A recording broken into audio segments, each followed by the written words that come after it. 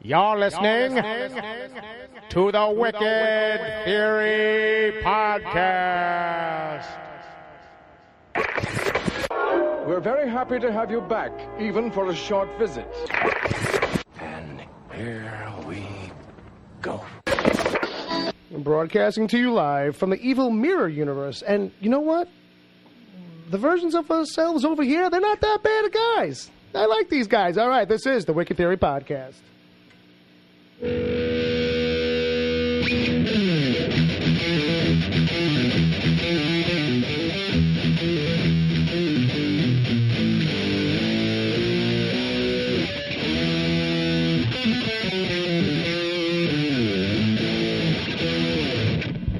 Woo! Hey! This is the Wicked Theory. Oh, I should turn your microphone on, I guess. Ba-ba-ba. That's close enough to what you did. This is the Wicked Theory Podcast, my mush mouth, live and in effect in your eardrums. I'm sorry about that. My name is Bill Sweeney, and that's Jay. One of the assemblage. That's going to count for your introduction. Then we got Ed. That's good. And then we got Bob. Hey, what's up, everybody? All right. See, somebody's always got to take the joke and then stomp it. First of all, that was a real fucking cough. All right, fair enough. And it's serious shit. It seemed like it. I don't appreciate Ed's fucking making fun of me over there. Oh, well, I didn't know you to be so soft. Since he hasn't inhaled a fucking biscuit hair of smoke in his whole life. Oh, no, I've had cigars and thrown up afterwards. Can I know more about the origin of biscuit smoke? Biscuit hair, I said. Oh, biscuit hair? Yeah. I've never heard biscuit hair. That's my new fucking Twitter account. Is that your new Twitter account? I was wondering. Uncle Jay had biscuit hair. Immediately in my head, I was like, is that the book? Is that the band? You know, like all those jokes, like, you know, hey, it's my new, it's the first track of my new album. I'm just going to let you know that the Crown Royal is working. All right. You're already warmed up. I'm very warm. Is that why we're getting gems like biscuit hair so quick out of the Yeah, gate? exactly. I also had a little snort of what? Of black whiskey. I don't know if that's any better or worse than cocaine. No. Yeah, I was thinking. That's what I was thinking. You said snort. I was thinking cocaine. Yeah, and I'm like black whiskey, so it's Well, not even whiskey. Then Snort it's like is also a slang term for a little drop of Chicago hot plate. Yeah. Gotcha. Like a hot Carl. You know what I mean? All right. Welcome to the Wicked Theory Podcast. I'm confused. You should be. I hope. Well, you haven't sent been in here for a emails. week, so you don't know what's going on. Well, That's true. That's true. You're back. I Welcome promise. back. oh, Hello. All right, let me do the official business real quick. This is episode 144. yep. And we're going to tease it out like this. We're going to get to some news, some reviews, a little chat room game we got. Yep. People, we're going to do emails. If you want to send an email in, you Sure. still can if you're listening live. Yeah. It's podcast at wickedtheory.com. Yep, that's it. That's it. We're going to do a caption thing that we have that floats around. Yeah. We said last week we were going to get to it. We never did. Yeah, Capcom. So that one we're not going to get to. We're going to get to the one from this week. Yeah. Because every week in the Facebook group, if you go to Facebook and find us there, the Wicked Theory page has a Facebook group. Yeah. Where we socialize on occasion. Sure, why not? Some of us. Yeah. And to All you're doing is agreeing with the fucking to varying degree, and it's perfect. It's growing great. Yeah, we yeah. are clocking time. Is that why you and I are always at odds? Fuck you, Bill. That's why I'm like locked on Ed right Fuck now. you. It's working. It's working. The show is working. Bob and I are always fucking rebelling. I just really want to participate. Yeah. We went so long there, Ed. Yeah. Oh, it was good. It was golden. It was golden. Palmer was like, wow, it was like a real show for about a minute. So anyway, we're going to get to that caption contest thing that people can find on the Facebook group. Yeah. People ever want to, there's a YouTube channel. You can listen to episodes there, too, besides iTunes, Stitcher, Google Play Music, and live, like some people are right now. Yeah. On Mixler.com/wicked-theory. Now, It's a Saturday night. It's 7 p.m. Eastern Standard Time, like now. yeah. Well, 6 after. Now, you periscoped something before we started. I did. And I walked in the middle of that. Yes, and I'm sorry if any of it got on you. Oh, it's okay. Because I think it did, technically. Yeah, no, but it wasn't a big mess. I was able to clean it up. Yeah. No blood or tears were shed. Yeah, no, there's a washing machine around the corner. Yeah, I bought myself a Captain America shield. Gift that keeps on giving. Oh man. So would they be able to find that on the YouTube channel sometime? That's a Periscope. I guess I could pull that off of the phone here and throw it on there at some point. Yeah. But right, it was a Periscope before the show. So if you're on Twitter, you can find that on at Wicked Theory on my account page there for now anyway. Yeah. Maybe I'll put a link in the Facebook group so people can check that out. Yeah. I think you can watch it from anywhere. Yeah, I just want to see what it looks like. Me getting a face full of Shield. Yeah, I was wondering. Uncle Jay was cinematographer on that. Yes. And I believe he's nominated for a Peabody. Yes. Of all things. But Peabody from... Well, that's better than actually getting nominated for an Oscar these days because there's so many nominees. You know what I mean? Hey, they give them away like they're candy. Yeah, nominations are like nothing now. Peabody's it's pretty slim. I think the field is slimmer. I'm going to fucking win. I already won. All right. Yeah, I think the last person who won that was J. Jonah Jameson. It might have been. Parker! My voice is slowly becoming that. You know that, right? Yeah. Why am I doing Joe Jameson every time? Why am I doing JJ? Parker! Come on, Oh, folks. see, there it is. That's it. I didn't even know. Done. So when I hit the Spider-Man news music later, you better do the whole Parker bit. Parker! There you go. There it is. All right, there it is. It was like you were born to do it. I didn't even have to hurt my throat. Speaking of, whoa! I didn't. That's what he said. Speaking of jobs people were born to do, Edward O'Hare, DC TV report every week with our pal Sarah Netsley. She's a freelance writer for Entertainment Weekly, EW.com. Yeah. That's like official shit. She's a TV recapper over there. And Ed, because he's the most well behaved of us all, he does a show with her all about DC TV shows. Yeah. We recorded last night. Episode's going up. If you listen to this live, it's coming up at midnight. If you listen to this on the podcast feed, it came up. It was up yesterday. I mean, go check it out. You know what I mean? Go check it out. I'm headed towards official business. Yeah. What does that mean? I don't know, man. You know what I'm talking about. I'm not sure. I've lost track because you're giving me. I might be some official business. Oh, you might be something pretty soon in the old upfront. Yeah. All right. But for DC, we had 5 DC. Wait. Warning. Of course, that's not as important as the DC TV report, but you know. Well, hey, look, everybody's got a little thing. You know what I mean? Everyone's got a thing.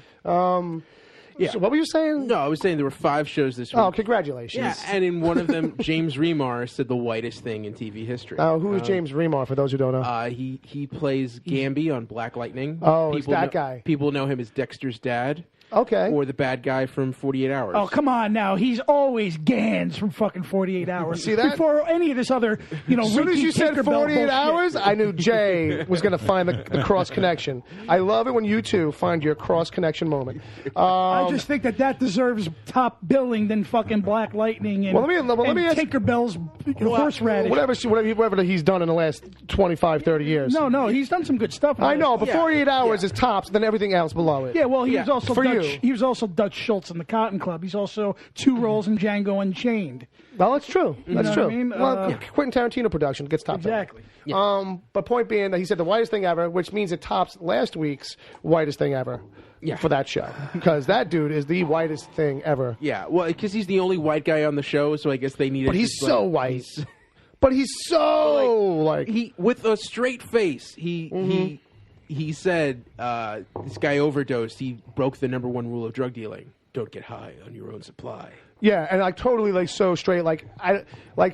There was no the character wasn't even saying it as I'm hip and I know this reference. It was literally we gave this guy the line and he's got no clue, so he delivered it like the character's just saying it apropos of nothing, as if he was making it up as a phrase. So he had no frame of reference for where it came from. Yeah, it was it was so flat. And I got to tell you, James Remar must be the nicest guy in the world, because if I had been given that script, I would have thrown in the writer's face and said, I'm not saying that. I'm just not saying that. I'm not saying that. Or I'm not saying it like it's written. I would have done it. Well, I would have done it too. But that's your own supply. But at least we would have reworked it so it was more like, I definitely know that this is a reference from a rap song. I'm not just a white guy who's heard it conversationally somewhere, and that's all I know of it. Anyway. I would have changed it to, listen, don't get high on your own shit. Yeah, well, that's what I'm saying. I would have paraphrased it probably. In the end, I would have been like, listen, he broke the number one rule. The line you don't get high on your own Scarface. stuff. Yeah, well, that's true. Shit. That's true. It is in Scarface, right? It's what what's his name tells us was Scarface. He tells him, no, don't get high on your own supply. He's giving him advice. What's his name? What's his name? Tony. Oh, Robert Loggia. Robert Loggia was telling Tony. Don't get high on your own supply, Tony. How about Tony? Tony. Yeah. Also, it's network TV, so you can't say shit. That's true. That's true. Yes, you can. You say it on Walking Dead. But let me tell you something. Oh, no, that's on That's cable. That's I'm cable. talking. This is CW. This is Channel 11. This is technically network. Remind me never to do shit for Channel 11. This is They don't coming pass on. the boundaries. That means we can't do much. I mean, all right. Well, I dread the day that we get a contract with something, and it's like, all right, you guys just have to watch your mouth. Like I've thought about this. I'm like, I'm not on you. I mean me, like too, like or all of us. Ed will be the only one who can do it clean, like obviously. But we'll all be dropping. Well, so you many. and I will be fucked. Well, yeah, absolutely. Yeah, I'm serious. Absolutely, no doubt about it. Definitely. All right, so definitely. You have the Wicked Theory logo over our mouths every time we hear that we bleep. And they just stamp it on there like Listen, like an episode of Tosh Point O or something, where they put like some stupid thing over your face. Was James Remar in the Warriors too? Yes, he was. He was in the Warriors. Exactly. Okay. Oh, which and Warriors? you failed to mention those movies before Black Lightning. Well, he's like currently. Like that's the context. I was talking about Black Lightning, and I knew Therefore, I meant context, Dexter, and I did pick Dexter first because it was more recent. I actually appreciate that you rolled backwards through his career, actually, like that. Have some Crown Royal. Because it was consistent. Keep having some Crown Royal.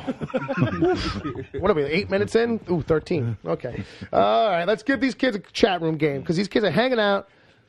I don't know why. I think we got a good one this time. Yeah, and we're not going to give them any examples on this. No. We want you guys. We were talking about before the show. We have our own ideas. We want to see where you guys go with it. No examples. We think you can work it out on your own. Yeah, the hashtag is Sam Jackson, a Beatles song. Just the Beatles. Just the Beatles. Just the Beatles. There's plenty of work with. The Beatles. Plenty of work with. Mm-hmm. Directly the Beatles. Don't something that was like a Beatles sample was used in. Right. Count. Gotcha. Just Beatles. Fair enough. Yeah, and if Sam Jackson was given that a title or singing that song, what would the title be? Basically, we'll just in any Sam Jackson-ish kind of way. Beatles. Give it a Sammy kind of flavor. A little Sammy spin. The old Sammy spin. Mm-hmm. Yeah. Or does he prefer Sam or Samuel L? I think it's Sir. I think it's actually Sammy L. Sammy L. Sammy L. I got you. I see what you did there. It's Jules. Jules. I think if you say that to him, you're liable to get your ass kicked. I think it's Mr. Jackson. I think Sammy J. I think Sir. That's about it. That's all I would put up with. Is he Lord Jackson in England yet? No, probably not. If anybody, if anybody, Sir over there. If it's either him or Denzel at this point. I think that's all. I think it's Sir, not Lord. I don't think they would be giving him a lordship. No. It'd be something. So let's do this. You don't know any Beatles songs? Welcome to the age of the internet, my friend. And I Really? would say that's your only hint. That's your only helpful hint. All right, so Just okay. Google Beatles song list. See, Bob had to explain it, and I thought you were smarter than that. That I could just say this is the internet age, and you would get it. But Bob, he got no faith in you. He got no faith in you. Listen, I all day long I'm on Facebook. Right. And I'm in. You're seeing the worst of humanity. I'm in the guitar groups over there. Okay. Oh. And I got people all coming on the guitar groups saying like things like, so I've been playing for 2 years, and how do I change strings? Wow. And they're either dead serious or they're doing it to piss everybody in the group off. Yeah, you can't tell if they're trolling or if they mean everybody it. in the group. 25,000 people have now gotten a notification that you have posted this stupid question. Oh boy! Welcome to the group. She was just 17. So because of that, you banned them. I know. we just figure, maybe they can't use Google. Maybe they don't know how. That's it. I bet you that's half the comments too. Is like literally links to Google. All right. So how about we? Since I saw her we stand do a little news. there. I think we do news. I'm just saying. Jay, what are you drinking again? Crown Royal. Crown and Royal. Pepsi. I had to cut it with a little Pepsi. A little Pepsi. I had to for Pepsi-Cola? for the show's sake. Whoa, shit, kids. Because if I keep going raw, we're gonna have issues. Oh my god. Oh my god. Yeah. It's news o'clock. News o'clock, everybody. Hey, chime time. All right, Ed, what do we got up on the? So we got some Star Wars news. We got some Star Wars news. We You got don't some. deserve to. No, I'll do it. Wow. I'll do it. All right. Wow. Do it. Wow. Wow. Some So things. it's really some wounds awesome. haven't healed I yet. was just gonna say. We don't let some Ed scars talk go about Star deep. Wars. Scabs take a while. Anywho, Anyway, yeah. we got a nice little trailer this week. You did. I mean, we did. Yes. We all did. Yes, we all did. Except Ed. We finally got to see some hints.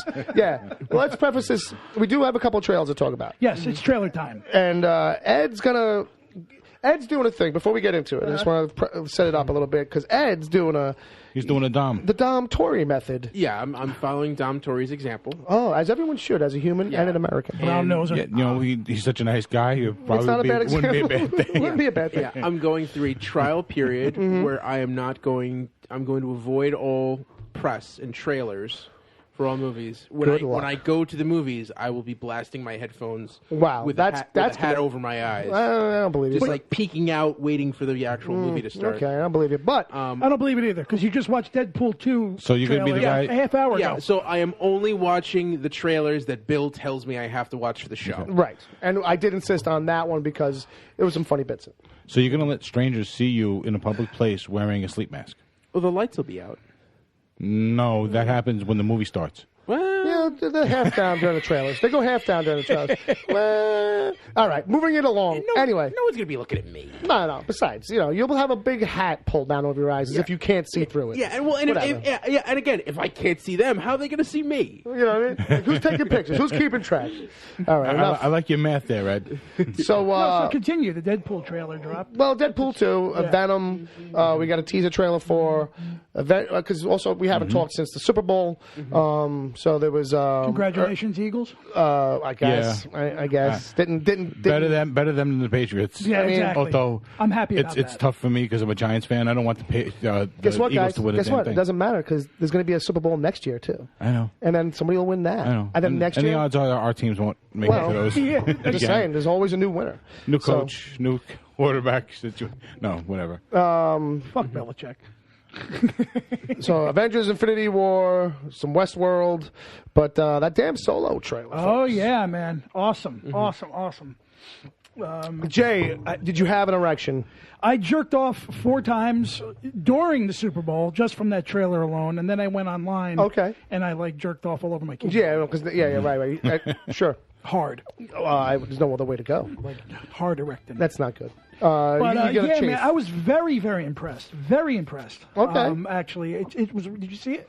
What trailer are we talking about? I'm sorry. Solo. Han Solo. Solo. Yes, I watched it on my phone. There you go. It was only like a minute, right? It's like Well, a minute 10. We had a Teaser, a 45-second teaser on Super Bowl Sunday. and then we had an extended teaser the next day, and they were both different actually. There's a little bit of a different A shot. little bit lineup. of different shots. In Well, both. I tried to catch up the next day in my hospital bed on my phone, Right. and I caught a short one. Okay. And I caught one yeah. that was about minute 9, minute 10. Yeah, I forget how long. Right. But, I was very, very impressed with what I saw, man. You got to see the young Lando in there. You got to see Woody Harrelson as a guy who's putting a team together. and got, you realize- some Right. bad floppy hair. Yeah. yeah, it's some. It looks like it's like gritty kind of. Yeah, you know- they're doing. They definitely just got a different feel, a different tone. It looks like. Yeah. Visually. It's like a little seedier. Yeah, definitely a little seedier, a little bit overcasty, rainy kind of place. Maybe I'm not sure. Underground, more underground, dirty, Yeah.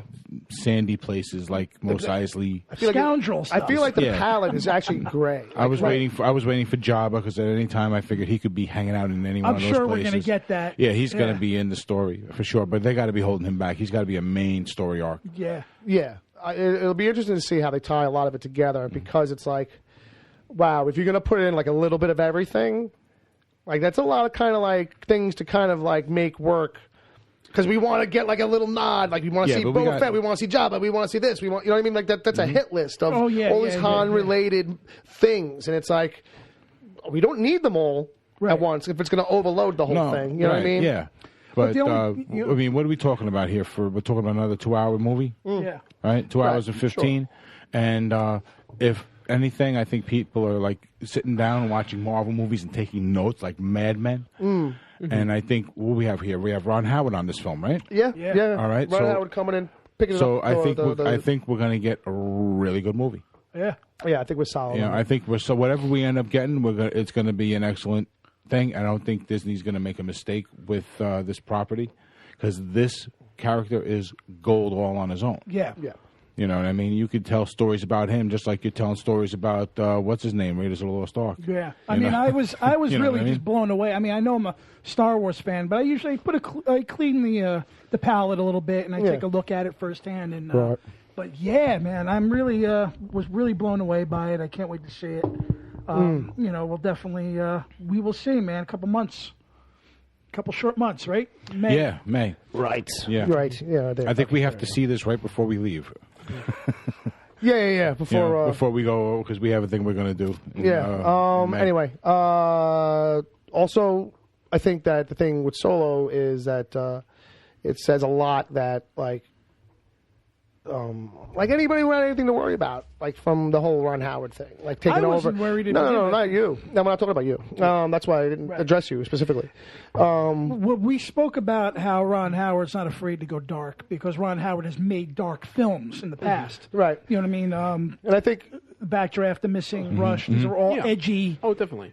films. Yeah. And never a weak movie. No. not I mean, really. even if they were weak, it wasn't. It wasn't terrible. weak. No, they weren't weak movies. They were kind of still solid overall for Hollywood in general. I think- Not for him. And then Ron Howard came out. He kind of said that Lucas popped up on the set. You know, it was a great thing. You know, that they got to have, you know. Talk about Willow a little bit. Well, yeah, a little bit of Willow. Actually, George Lucas, an idea he had on the set in the moment, some little thing, I guess, some little tweak, some little play on a thing, actually is in the movie. Ron's like, I won't say where and why. I don't want people to harp all over it because he was already addressing the question of like taking over and all that stuff. And like, Right. he's like, you know, look, those guys' fingerprints are all over this thing. Like, you know, it's very much a thing where it's like, I'm not going to start pointing out what's what. Right. You know what I mean? This thing has to exist on its own. You know what I mean? And if you start doing that and having and entertaining all those conversations, then it becomes about you feed that fire. You know what I mean? So he's like with the George Lucas thing. He's like, so I'm not gonna say what it was, just enjoy. You know what I mean? But it was nice to have him there that day, and he had a quick idea, and we put it in. It was a great idea, and it was a great day. You know what I mean? Final thought, and not to sound corny, but it's impressive, man. That's not that bad. I thought you were gonna say something like, "Well, the force is with us," I guess. Well, you know, when you're talking to the guy who started the whole franchise, Yeah. sometimes you got to kiss the ring. There you go. You know what I'm saying? I was wondering why Bobby threw this voice on real quick, but it was at the end. It was the end. It was about the kiss the ring, you know. Got to kiss the ring. Sometimes. Oh, hey, George comes by, you know, Mr. Lucas, hey, how you doing? We're playing in your sandbox. Think he's up. I hope you don't mind. Absolutely. And he's like, "I kissed a couple." I thought you said you were all right, Spider. No. I thought you said that I was all right, Spider. Okay. So there you go. So there you go. So enough slamming my coffee cup around. I'm sorry. Also in Star Wars news, let's go back to trailers real quick. So Venom dropped. Everybody was annoyed that there was no Venom in a Venom teaser that was literally labeled teaser. I liked it that way. Yeah, me too. Like I'm in no rush to see him. Like I don't have to have him. No, and the trailer played to the idea that maybe this isn't going to be some kind of superhero / supervillain kind of straight up style movie. It's not going to be clear cut. No. I think this is going to be. They're going to play this as more a little terror suspense kind of thing. Yeah, they really wanted to kind of give people a sense of the tone.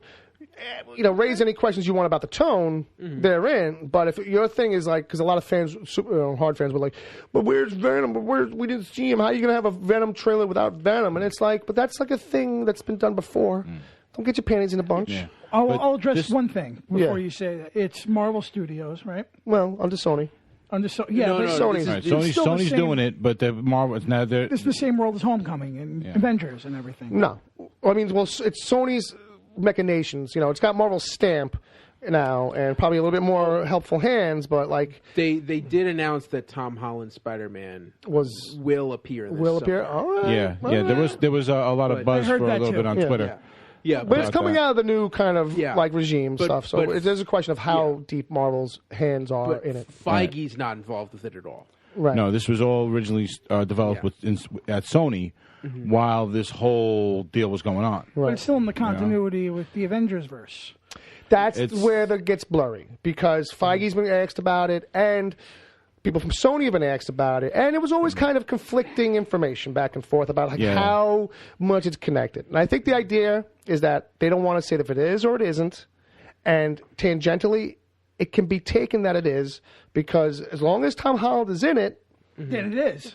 right. Yeah. But to kind of like come lockstep hard and say that in an official way, probably just muddies the waters on their And end. that's what annoys me. Yeah, right. They're doing exactly what Fox did with the Fantastic Four movie, saying there's not going to be any direct references to the X-Men, but if this movie does well, we can say it's in the X-Men. Get your fucking head universe. out of your asses, and that's what I have. Well, that's all. You know what I mean? But I think it's a thing where it's like it's on both sides. Where like, look, because it would only behoove Sony to be able to say that.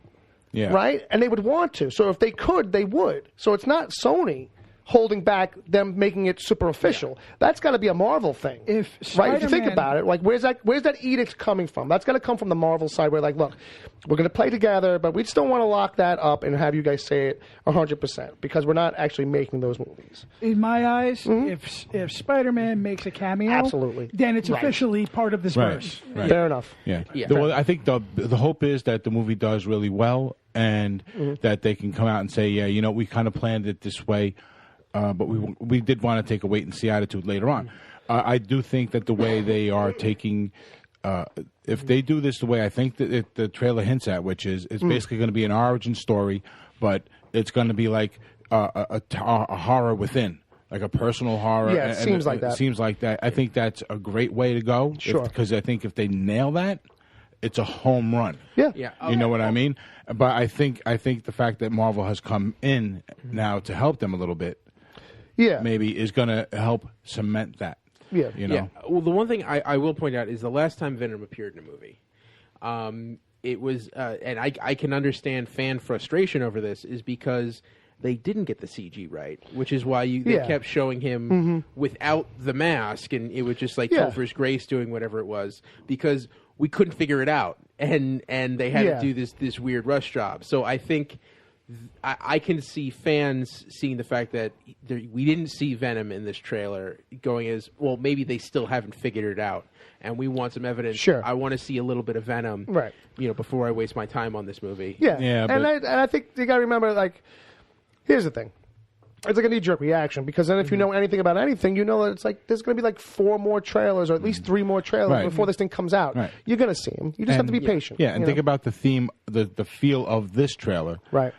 I mean, it only makes sense that this kind of tension, they're going to use the reveal in the trailer for Venom in the same manner. Right. It's going to be one of those last second, and then boom, like, boo, here the fuck he is, right in your face kind of thing. And then you know, boom, logo. Right. You know what I mean? Kind of thing. Exactly. It's very much it's doing coming. the horror It's trailer coming. thing. You know, don't get your pennies in a bunch, everybody. just cool out. You know what I mean?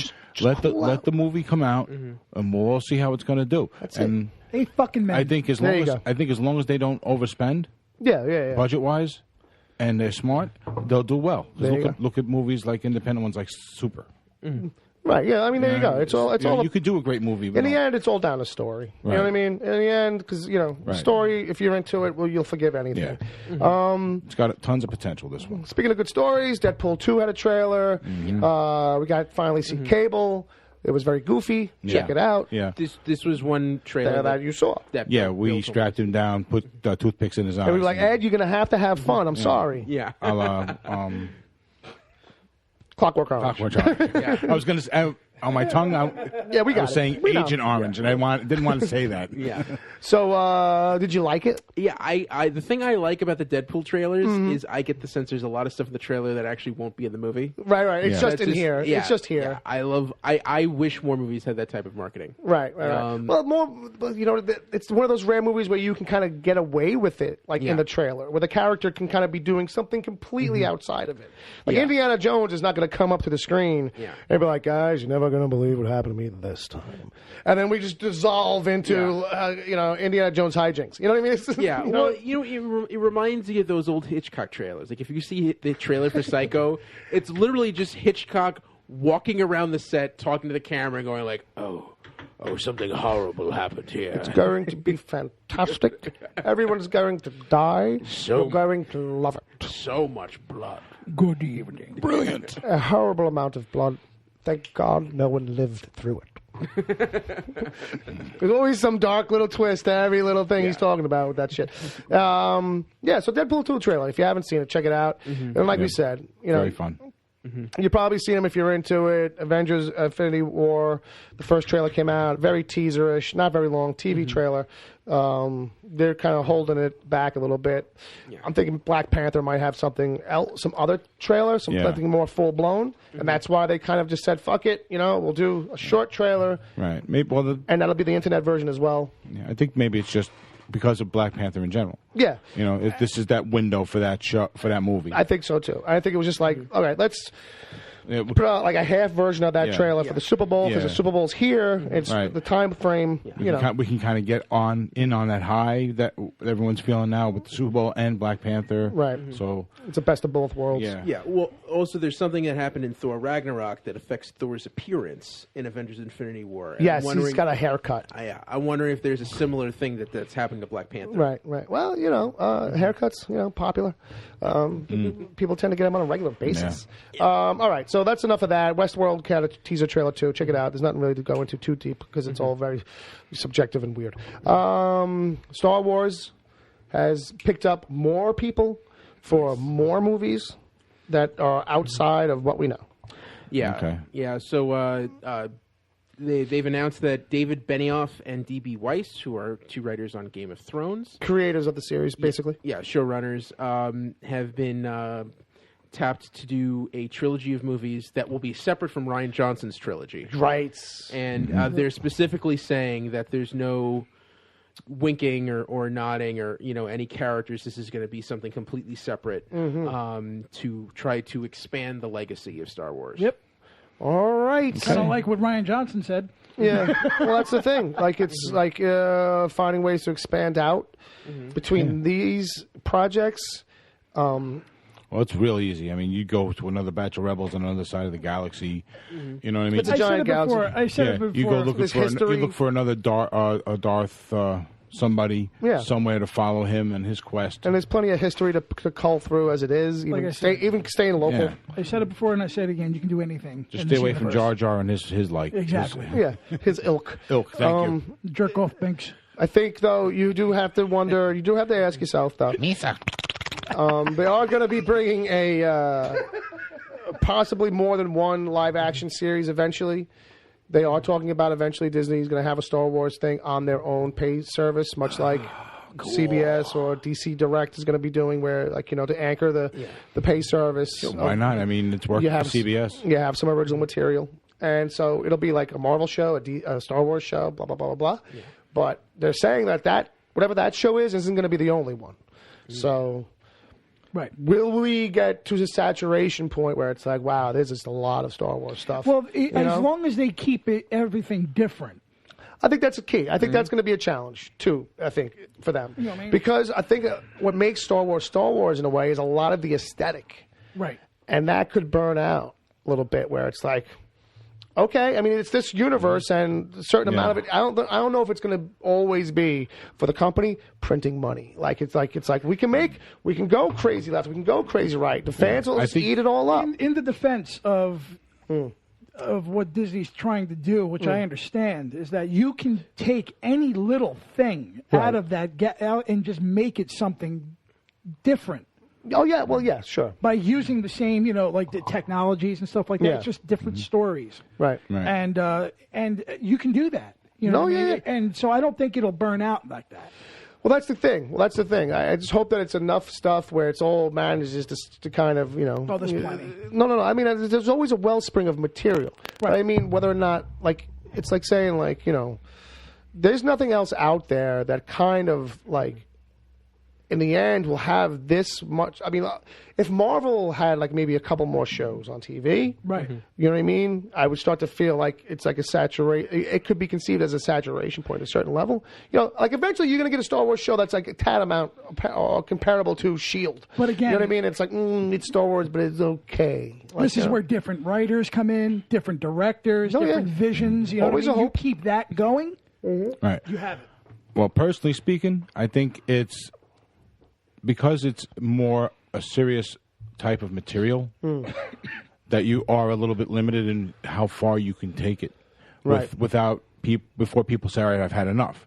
So I think you end up with this becoming more cyclical, where you'll have batches of movies in a couple of different styles, and then it'll get a little tiring for a while, and so they'll take a bit of a break.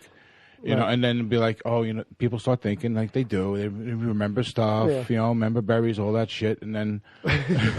Well, I think the one thing, and then they start over again. I think the one thing we do need to find a way, and I think they'll have to, obviously, because A, it's the only ways to go, and B, it's like, you know, law of averages states that the more material you make, the more you'll have to do it. Yeah. But I think the only way for them to really start to go is like you have to start to get away from the only stories in this universe are about the war, about the big war and the Jedi.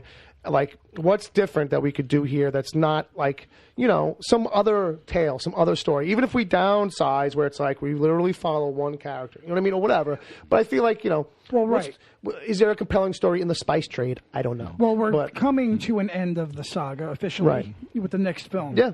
And a little precursor to what's to come are these little movies like Rogue One and Solo and, and whatnot. Yeah. And the fact is, too, Clone Wars. Yeah. The fact that lasted like 5 seasons. Right. And and Rebels. And it wasn't about like who was watching. It stopped because of production. And that's why the other show continued on. Rebels actually continued on, and it's like it's finishing up the stuff. And stuff. people were pissed that it stopped. No, absolutely. So therefore, I think that there's still people wanting more. There'll always be people wanting more. Sure. That's the problem. But I think there are things that they can do. Like as you guys were talking, it struck me. One of you struck me with the idea. Doing kung fu, but with a Jedi. Right. Something a little bit maybe it's about training. It's about someone's rise through. Well, yeah, or his quest, just as he's learning to become a Jedi, or search for the killer of his Jedi master to finish his training, or something like that. And then he's just going from place to place, and he's encountering all these different Star Wars people. Something like that would be cool because that would allow you a lot of creativity as far as everyone he runs into. Right. You know what I mean? Story-wise, personality-wise, the whole nine.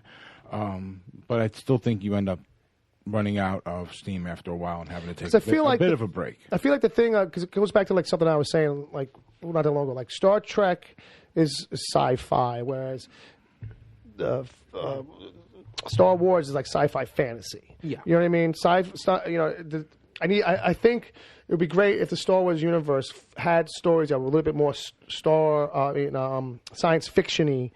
You know what I mean? Outside of just the basic, because I feel like, you know, with Clone Wars and with Rebels and with everything else, it's always about us versus the Empire, the Empire, the Empire, the Empire. Even when you start to roll back in the history, it's like the war has been going on forever. Like, you know what I mean? And it's like, just like, when can we start to find some other stuff? I think this is what this is. And I really feel like we have to, because that's what's going to burn it out. Yeah. I feel like that's probably what will burn it out. It's like if it's only ever going to be about, and I get that that's like, you could do that because the history is that long for it, like in the canon, but I think we will. You know, I think it is. Well, Han Solo movies might be the way to go about doing that because it will allow you to see the seedier characters who are profiting off of this whole war. Right. At least it's a break from the third party involved, and you know what I mean, because there's always that third party. So if they could do more stuff like that, that would help expand things. Because after a while, Jedi versus Darth Vader, Darth Maul, Darth whoever is going to get tiring. Yeah, exactly. You know what I mean? So, how about this? Some other news we got. So Joaquin Phoenix. I don't know. What about him? So he's being. You mean Joaquin? He's in talks to play the Joker in the Todd Phillips Joker origin movie. Oh. I don't know how I feel about this. No, that's not true. Actually, I like him in this trailer for are we really there? Or are we really here? Whatever. This movie he's got coming up where he's like fucking mental case, and he's like a cleanup guy. But he doesn't just like mop up, clean up. Like he'll just like go to some. You need me to fucking bash this guy's fucking skull in with a fucking hammer? Oh yeah. And on his porch, The Uncle Jay story. I am the psycho wrath of hell that will do that for you. Yeah. You know? He's and it's like this cold, stoic kind of thing. He's got this big fucking mountain man beard and shit, and it's pretty intense looking. Yeah, and he's getting a lot of praise on it. He's definitely crazy enough to do it. Like he can kind of channel that Nicholson type Joker. Well, that's why I wonder about it. Like, how much of it would be like another reinterpretation versus trying to kind of hone in on something in a ballpark of familiarity. But I don't know. Who else is there? Well, my question is he too old to play a Joker origin, a young Joker? Oh, you know what? That's a good call. That's a really good call because I think he is. Unless he's going to be like all riddled and face fucked up to begin with. He's 40. He's 44 now. Well, he's certainly not what you would expect out of that story. Yeah. You would expect someone younger. I'm 44, and I can play a Joker. But can you play a young Joker? Yeah, I can. We were talking about that. Well, some plastic surgery.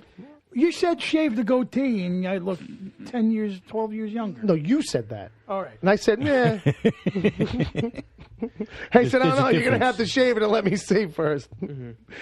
If I remember correctly, you said I can get away with 28. Now, Leonardo DiCaprio is the same age. Right. And he's the other guy that the rumors were that's who they were going after. He doesn't look as haggard. But he doesn't have as much age. He's looked exactly the same for the last 20 years. Oh, yeah. He's pretty much. I mean, hey, I'll take Keanu. But then again, you're not going to get real, like, super crazy deep acting. Whoa, joke's on you.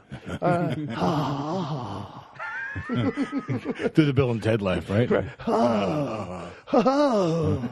Just hear that down the hallway. Whoa. Yeah. Okay. All right.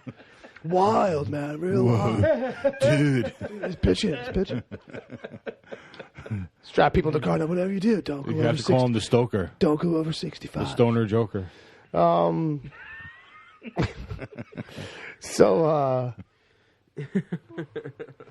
Yeah, I don't know who else. I can't think of any. I mean, I don't know. Because if it's a Joker origin thing, you would just think a little bit younger. Maybe somebody like a little less kind of like... What about Chris Hemsworth? He's not doing anything now. No, that's just... Well, I mean, look, I would have said the same thing to Heath Ledger, I guess. Heath Ledger proved one thing. It's like... Yeah. I guess anything could fucking happen. Because before that, everyone was like, oh my God, Heath Ledger? Like, Brokeback Mountain guy? It's like... Yeah. Seriously... Yeah. Serious, like, actor dude, though. That's what people kind of forgetting at the time. Like, fanboys who were, like, annoyed by the casting. I wasn't really annoyed by that casting. Yeah. I mean, I wasn't a fan of Brokeback Mountain. No, but I thought of Knight's Tale, to be honest with you, because I had seen that. I hadn't seen Brokeback Mountain. But, so even though he's a fairly young guy, he could play a little older as well, a little more mature, because he had that skin that was a little, like, not necessarily super smooth looking. No, yeah. He had some detail on his face. Like, he definitely had some dimples, kind of lines. Right. A little like life to his face. Absolutely. A little character. Yeah. So that definitely helped him. Yeah. What did I miss over here? No love for Brokeback? What's wrong with you people? I wish I knew how to quit you, Bill. I've seen it. Come on, how many times have I hugged your jacket before I left the house? But did you smell it? I always do, yeah. Oh, okay. It smells like Parliaments. Oh, that's good. Well, see, that shows how much you love me. I don't smoke Parliaments, all right? I'm kidding with you. Oh, you fucking... It's funnier. It was some other guy's jacket. It's funnier than Marlboro Light. Must have been some other guy's jacket. It's... Parliaments with their little fucking indented tip. Get but the it's fuck funnier out than here. Marlboro 100s. Yeah, I know. It rolls off the tongue a little bit better. Exactly. Parliament's better. Marlboro 100s. Viceroy. I could have said Viceroy. Durrell. Dunhill. Oh, give me a tin of Dunhill and some papers. All right. 1933, a man's land was a man's life. All right. Anyway, just randomly getting old. All right. So there's that.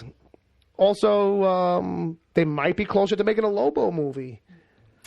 Yeah. Wow. Well, a Lobo movie's been on the docket since like '98. Well, like a year after Lobo 95 got popular. Yeah. So evidently, the script they have now. Yeah. Which I want to know when that was written. Sure. Yeah. It's been updated a couple times. Estimated budget is $200 million. Of course. Now here's the paradox. Right. They're they want to hire Michael Bay, Right. No. but he wants to scale it down. Mr. Responsible all of a sudden, huh? Wow, look who's grown. So right now they're doing a rewrite now to scale down the budget. Scale So- down what? The CG? to- I mean, to make it's a it- space to make- biker movie. Come on. Yeah. Like, you can't... Like, It's Wolverine in space. yeah, like 200 million, you can knock that down. You can get a great movie out of him, probably on a lower end, Yeah. because it's gonna Get get a Steve- more grounded feel out of it. Get Steve Lang to play Lobo. You know what I mean? Whatever. You save money on Lang. You know what I mean? A You know what I mean? $1.75 maybe. You know what I mean? Come on. You know? Right. You get it down. I think you get it down to 150, 165. Or maybe you get John Travolta. He has the wig from but Battlefield Earth. nothing else. But nothing. No, he, But nothing else. he's had Nothing else. so much plastic surgery. He doesn't look like John Travolta anymore. You know what I mean? And what is he going to do? Truthfully, I come- thought Jason Momoa would have been the perfect choice. He was the Yeah. Internet's Dreamcast for that. Yeah. Yeah, And then that- once he that got was- Aquaman, I was kind of like, all right. And The Rock's not going to do it. Yeah, my pick was Jeffrey Dean Morgan, but he's also Yeah, I don't want him for it. He's Thomas. I don't want him for it. He's not big enough. You don't like him for it? I just don't see him in it. I don't like him I don't for it. see him in it. You know, if he's not wearing that scarf and that leather jacket, I don't want to know about it. And he ain't that big. He's just tall. That's the thing with him. Yeah. He ain't that big. He's just Yeah. tall. Broad-shouldered and tall, but he's not like, somebody like Momoa, or, you know what I mean, who's like obviously worked out for more than a week in his life, obviously. Wasn't Russell Crowe at one point a content? For Lobo? Yeah. Well, maybe back in the days. Way back, yeah. Like, they probably threw him around for Wolverine, too. Like, you know what I mean? Yeah, well, No, but I could see him, actually. he's a name they throw around just to throw around names. You know what I mean? Yeah. That's true. Just to be like, well, if we got... Yeah, right.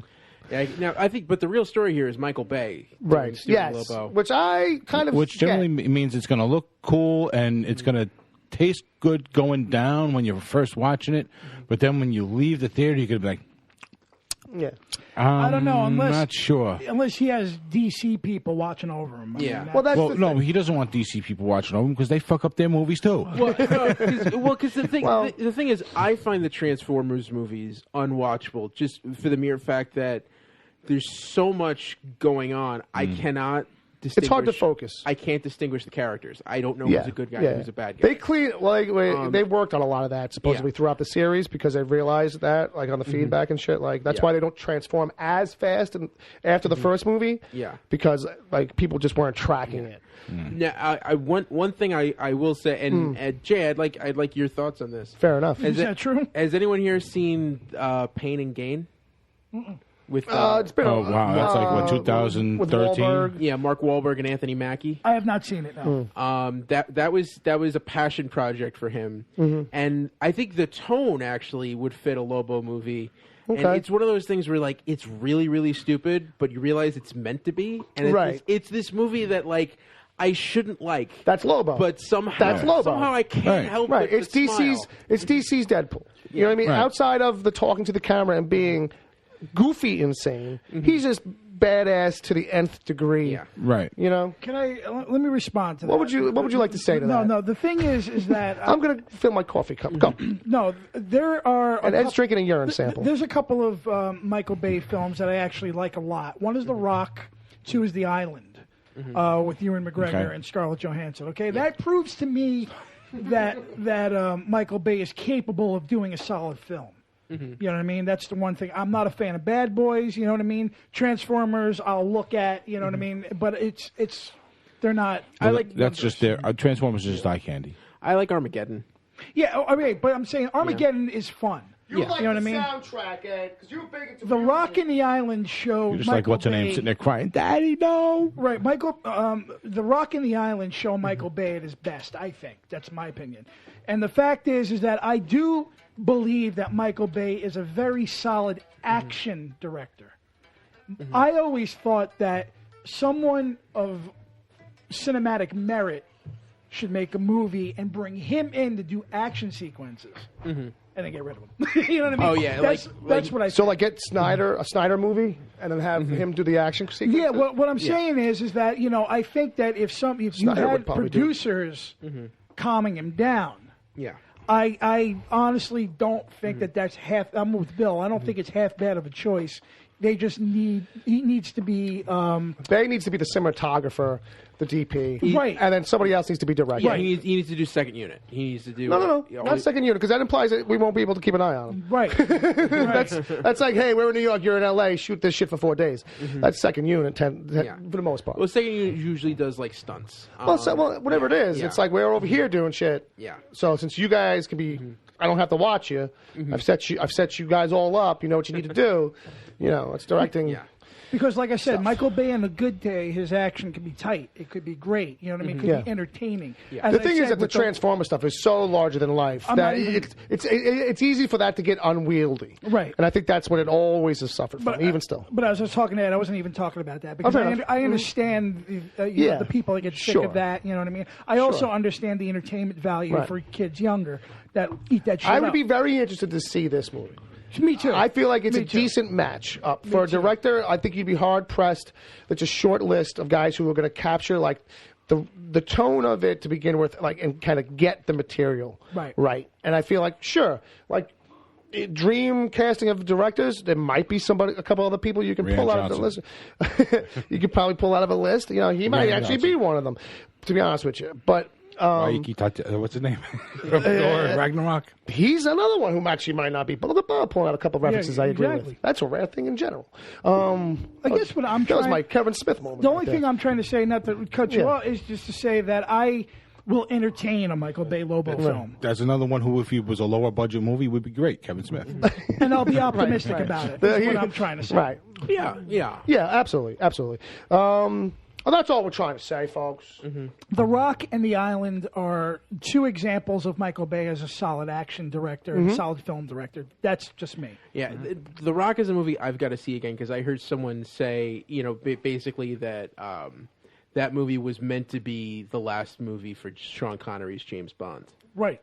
Well, it can be. Yeah. It can be like, what if James Bond was locked up for 25 years? Yeah. And they brought him out for something. That's what I had heard too. Yeah. So, Jay, I kind of forgot to do this bit. Harder! Do we have, meanwhile? We got one last one, Mr. J. Mr. JJ. Oh, it's just, I know what it is. I think this was your story, JJ. I think it's our story. Suddenly Peter Parker's like 40 years old and he's... It's your podcast. Sounds more like a guy working down the docks. Yeah, he's still making $25 a picture. Yeah, you know, one of these days I'm going to get that raise, right? All right, here it is. You want it? Yeah. You want What's it? going on? What's going on? What is this? It? What is this about, Jay? There's more V coming. Remember V? Yeah. It's coming back. Again. As a 3-movie trilogy. What? Wow. Possibly. I did not see the usual channels going crazy over this. I wonder what's going on. You and I went crazy about it. Will Robert about an Englund, hour ago. will Robert Englund be there eating mice? Undetermined. As yet, undetermined. Somebody better be eating mice. So that's all I know. This was a mini-series and a TV series from the mid-'80s Right. that I saw Fantastic. rerun on the Sci-Fi Channel in the 90s. It's Got- fantastic. Classic. Got rebooted in 2009. Which It actually wasn't bad for TV at the time. I mean, Yeah, it was a valiant effort. Yeah. They tried. It didn't really catch on. They imploded it. But this version now that we're talking about, Is the original creator, Kenneth Johnson, right, taking another swing at it. taking another swing at it. Right. No. But doing it as a 3-part trilogy. Well, that's the a la plan. Lord of the Rings. No, and everything Star else. Wars. You know, and everything since Predator 2. Yes. Basically. Hey, don't be fucking knocking Predator 2. I didn't. I'm just Matrix. saying that since Aliens, like everything has always been. Don't be knocking that either. I don't know. It's like, I see Star Wars. Since Star Wars was like, no, I'm gonna make 3 movies. But ever since then, everything's been about Well, trilogy. trilogy. It's talking about trilogy. Yeah, no, Die Hard. Which is interesting. Well, in There's general, enough there. there is. Look, the V franchise didn't get a fair, good run. I feel like in 2009, it was a good attempt. You know, obviously it didn't stick. I'm surprised it's taken this long, especially in this era of let's reboot something that everybody loved.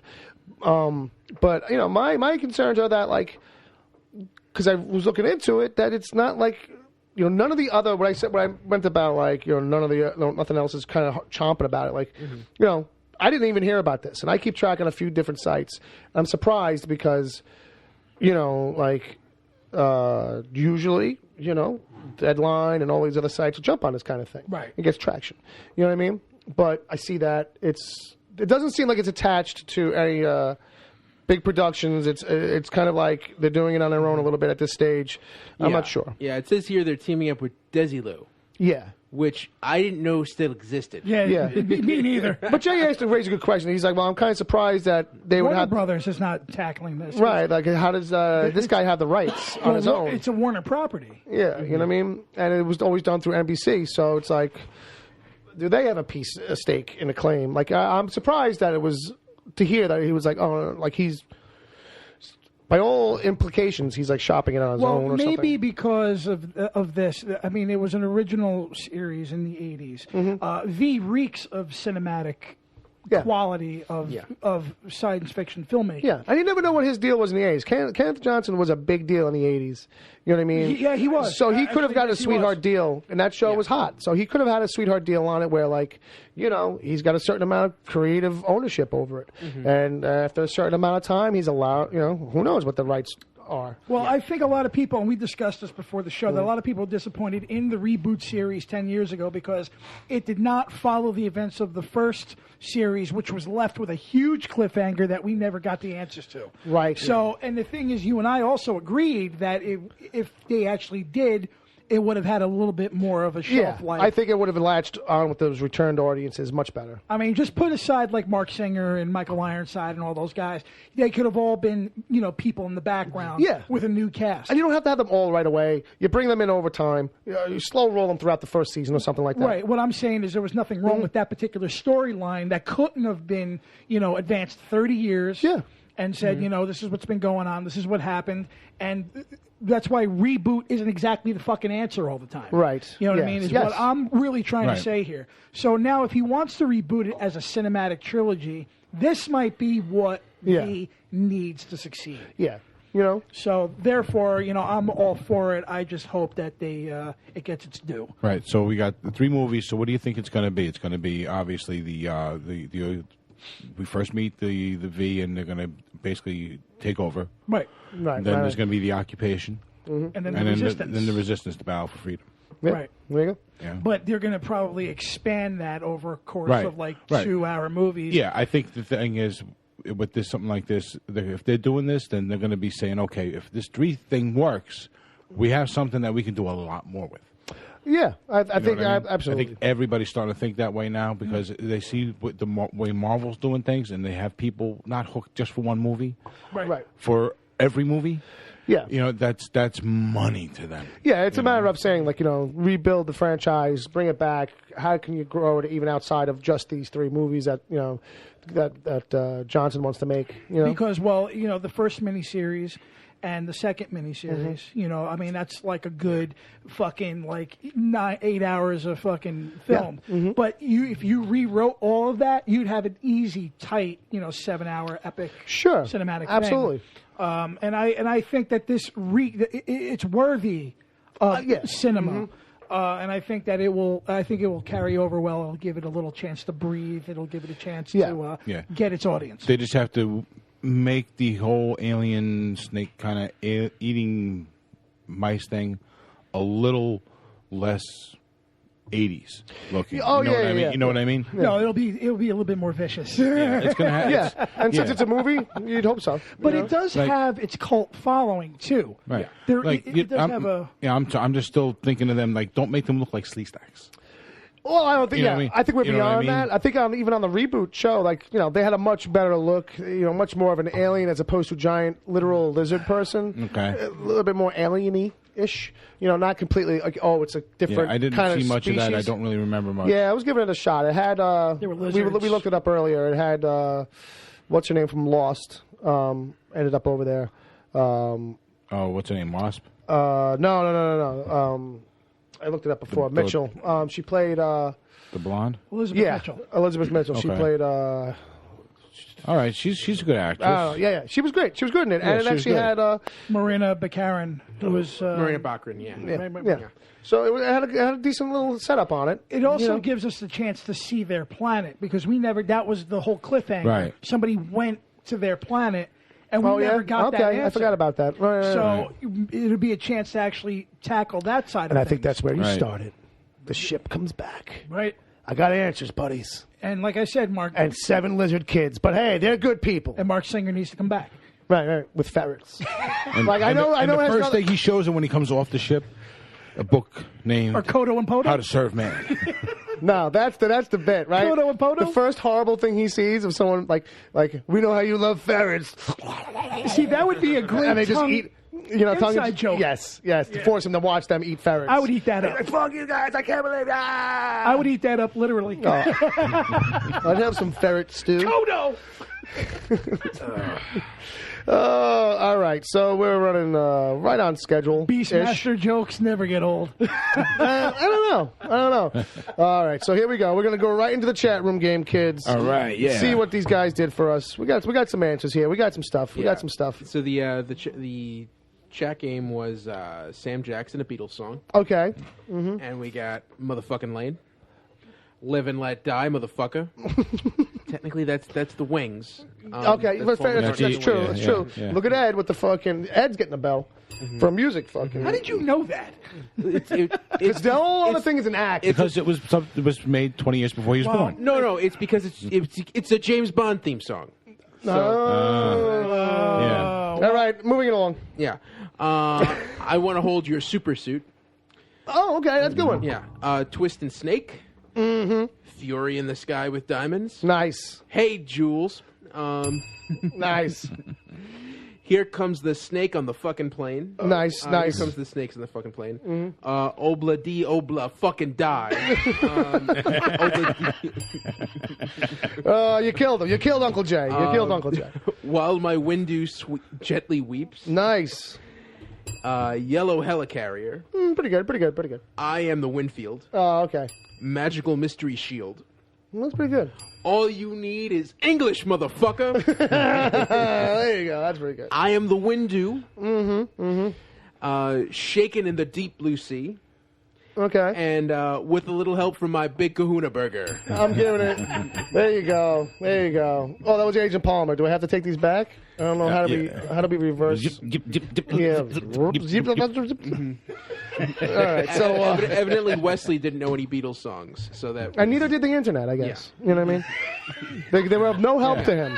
Most popular pop band of all time, yeah. Yeah. If you And type they're in nowhere. if you type in certain acts Yeah. right into Google and hit enter, Yeah. like it literally pulls up the thing where it just shows you songs and has like that arrow thing, so you can slide across. Wait, I got one question for Wesley. Did you try looking up Beatles spelled Beatles? Beatles. It's not Beatles like the critters. Right. You have to say like it's spelled English. It's spelled British. It's a British spelling. It's Beatles. Beatles. Yeah. And to be It's the Beatles. I liked what this brought out when we originally came up with this game. It's not like the critters. Right. We just thought everyone was going to take a Beatles song and add motherfucker to the end. Right. We So thought that would just be the bit. Yeah. So I want to hold your hand, motherfucker. Just right. Just straight up normal title. Just put motherfucker on it. Well, I did come up with. was it? I want to hold your motherfucking hand. Yeah. There you go. Right. All right. So where are we at now? What do we do now? What do we do now? Do we? It's time for Meanwhile. There's a little bit of the old. Ooh, meanwhile. Well, that was a little low. I'm gonna do it again. Because kids, if they don't hear it, they get mad. Meanwhile, How about that shit? Did you like that shit? How about that shit? How about that Cloverfield paradox? I'm so sorry. I meant to watch that. You this week. failed us as a society. Oh, how about this, Ed? Did you listen to last week's episode? Yes, I did. Okay. So you know that you're on the hook? You have a limited window to catch up with Star Trek Discovery? Yes, I'm aware. Okay. Because the clock starts now. Yeah, because we're thinking about taking away your Trekkie card. You're Or is it Trekker card? You've missed so much drama Yeah, with the show. my dad's been talking about binging on his own, which has made my mother very upset. What does that She's mean? like, I thought we watched that show as a family. Oh, family time. Family show. Well, then you all have to take some vacation time and lock it down. All right. So, You know what would have happened if you said that in my household? I thought we were going to watch this as a family. Yeah.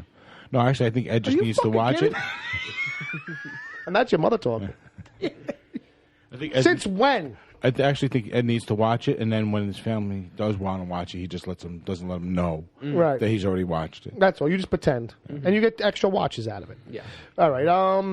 So Cloverfield Paradox popped up on Netflix the night of the Super Bowl. I thought it was brilliant. Yes. Brilliant kind of stunt posting of it, where people just saw the trailer and it's up right after the game, and it was like, okay, boom. I watched it that night. I really dig these Cloverfield flicks. You dig 'em? I really dig. You dig 'em? This is Because I heard it wasn't well received. It got a lot of complaints about it. It definitely did. no. I got decent reviews. No, I don't think that's completely the situation. I think a lot of people nitpicked it apart. Oh, they did. Yeah, Of course they did. They nitpick anything. It's a big fucking hate fucking. It's a machine. mixed. I think it's a little bit of a mixed reception on it. There were 3 things on my phone about it today, and I haven't watched anything called Cloverfield ever. Well, there you go. Fair enough. So that tells you something. I think it's a thing where this is it's a lofty kind of idea for a movie. I think it's a thing where it's like it only works for this, like in a way, like as a standalone thing. Like it's got enough there going on. Don't get me wrong, but if it wasn't for the Cloverfield thing, it would also just kind of because I did walk away feeling like, all right, it's a really well done like basic sci-fi movie. Like you know what I mean? Like it's a lot of familiar stuff. Like in a way. Do you want to know the tomato meter? Yeah, what's the tomato on it? 16% on Rotten Tomatoes. Yeah, I know a lot of people. That's retarded. Audience score is 53%. And then see, like even the audience is like half, which is fine, which is fair. But I think it's one of those movies. It's like the Cloverfield movies because the Cloverfield movies are always like mixed reception. Like outside the John Goodman one, because people are like, well, it's John fucking Goodman eating the camera. But the first one, people were like mixed on, and I get why for that, and I get why for this. You know what I mean? But both of those work for me. Right. You know what I mean? Yeah. Just for comparison, the original Cloverfield was 77%, and It was mostly positive. and 10 Cloverfield Lane was 90%. Yeah. Well, that was Fair enough. Now, I still have not seen the original Cloverfield. Mm-hmm. I did see 10 Cloverfield Lane, Right. which I thought, that was John Goodman was frightening. Also because he was a great actor. Because like, oh, I could be that guy. Yes, right. It was like I had a similar thing when I watched Ed Dexter. 2099. When I watched Dexter season 1. Yeah, it was a little bit of that. No, I enjoyed the whole sci-fi portion of it. I guess the thing is because Cloverfield is in the title, that people that are Cloverfield fans now are engaging in this with a Cloverfield state of mind, and you really don't get that Cloverfield feeling until like the last 5 seconds. Well, fair enough. Yeah. I think the thing is too is there was probably like a lot of mixed expectations for it. Right. And I feel like that's a thing. I think a thing too is that like. But in the same breath, the John Goodman film is not a Cloverfield film until like the last 15 minutes. Cloverfield isn't a Cloverfield movie outside of like 10 minutes within the movie. Yeah. Like, you know what I mean? Like, that's the thing about the Cloverfield movies. I think me and you were talking about it earlier. Yes. And I have a theory about it just in general. Without extrapolating too much out of the movie and giving spoilers and getting too deep and lost in it. But I feel like each one of these movies is an experiment inside of a subgenre. Like, Cloverfield 1 was a found footage movie where you didn't see the creature, the monster right away. It was all about the panic. You know what I mean? John Goodman's story was like, there's all this other shit going on. But because of that, this crazy thing happens. We're going to look at that. Right. And I feel like this movie's about saying, well, how did all that crazy shit kind of start and happen? Here's that story. It happens to be a very self-contained sci-fi story that might be an homage to Aliens and other stories you've seen with people on a ship. Right. So in and of itself, like, it's serviceable and it feels really good. Right. The more you like Cloverfield, the mythology and the franchise, the idea of it all, the more it serves to you. And its likability grows there. Which is where I think the 16% comes from, because the 16% are probably... the 16% rating, I'm saying. Yeah, well, that's critics. Is the critics basically comparing this to other movies of its kind, like Alien and even Event Horizon a little bit and stuff like that. Whereas you're walking into this in a Cloverfield state of mind. You know what I mean? And a critic is actually sitting there like, how is this tying into the Cloverfield now? Right. You know what I mean? Because a lot of the ads were almost kind of looked like it was going to explain the first movie. where it came from. Right, like in a very obvious and literal way. But you and I came with a fucking thing. Yeah, where it does, but you have to think. You have to work on it a little bit. Right. You have to just a little bit extra. Right. And I think it's a matter of saying, like, for some people that's a redeeming quality and it adds value to the thing. For other people, it's like, well, that doesn't count because it's nice, but this movie on its own, it's only so good. And I kind of get that because I came out of it too feeling like this felt like a really good episode of a sci-fi show. Like if it wasn't called Cloverfield, it didn't have like the last 5-minute punch or whatever. Like, you know, this is a really kind of complex and thought out sci-fi episode of a Twilight Zone or Black Mirror or something like that. Like, you know what I mean? Or its own standalone thing, like Event Horizon or something where it's like, you know, it's not just about being chased down the hallway of the ship by a creature. It's about other stuff. Right. You know and what I mean? actually, I'm not being weird fair shit too. to Cloverfield because the whole stuff that happens on Earth is all Cloverfield related. Kind of Yeah, thing. and that feels a little bit more ties, Right. a little bit more of a familiarity to it. See, I thought actually I didn't know what year it was taking place in. Right, and I was what I throwing mean? up. They played a little loose with that. I think. thought that what was happening on Earth was happening at the same time the first movie was happening. Right. At one point. Yeah, You know what and I then you mean? realize it's It's not. not, you know what I mean? Especially when you compare creatures. Well, there's that. There's that, and it's also I think too. It's like the longer you look at it, the more you see. Like, okay, there's a timeline. But I enjoyed it for what it was. Yeah. I enjoyed Yeah, it fun. as a spaceship film. Look, it's on Netflix. You know, hey, you're not wasting $10 on it. If you saw the other two, you watch Exactly. this one. Maybe it answers some questions. If it doesn't, you send me a little note. I'll talk to you. I'll think- walk you through it. I think critics are being a little too harsh. I think. I think a little bit of that too. I think it's a little bit like, you know, if they're not, if it's not amazing on all fronts, then you Maybe know. because some people don't understand Cloverfield.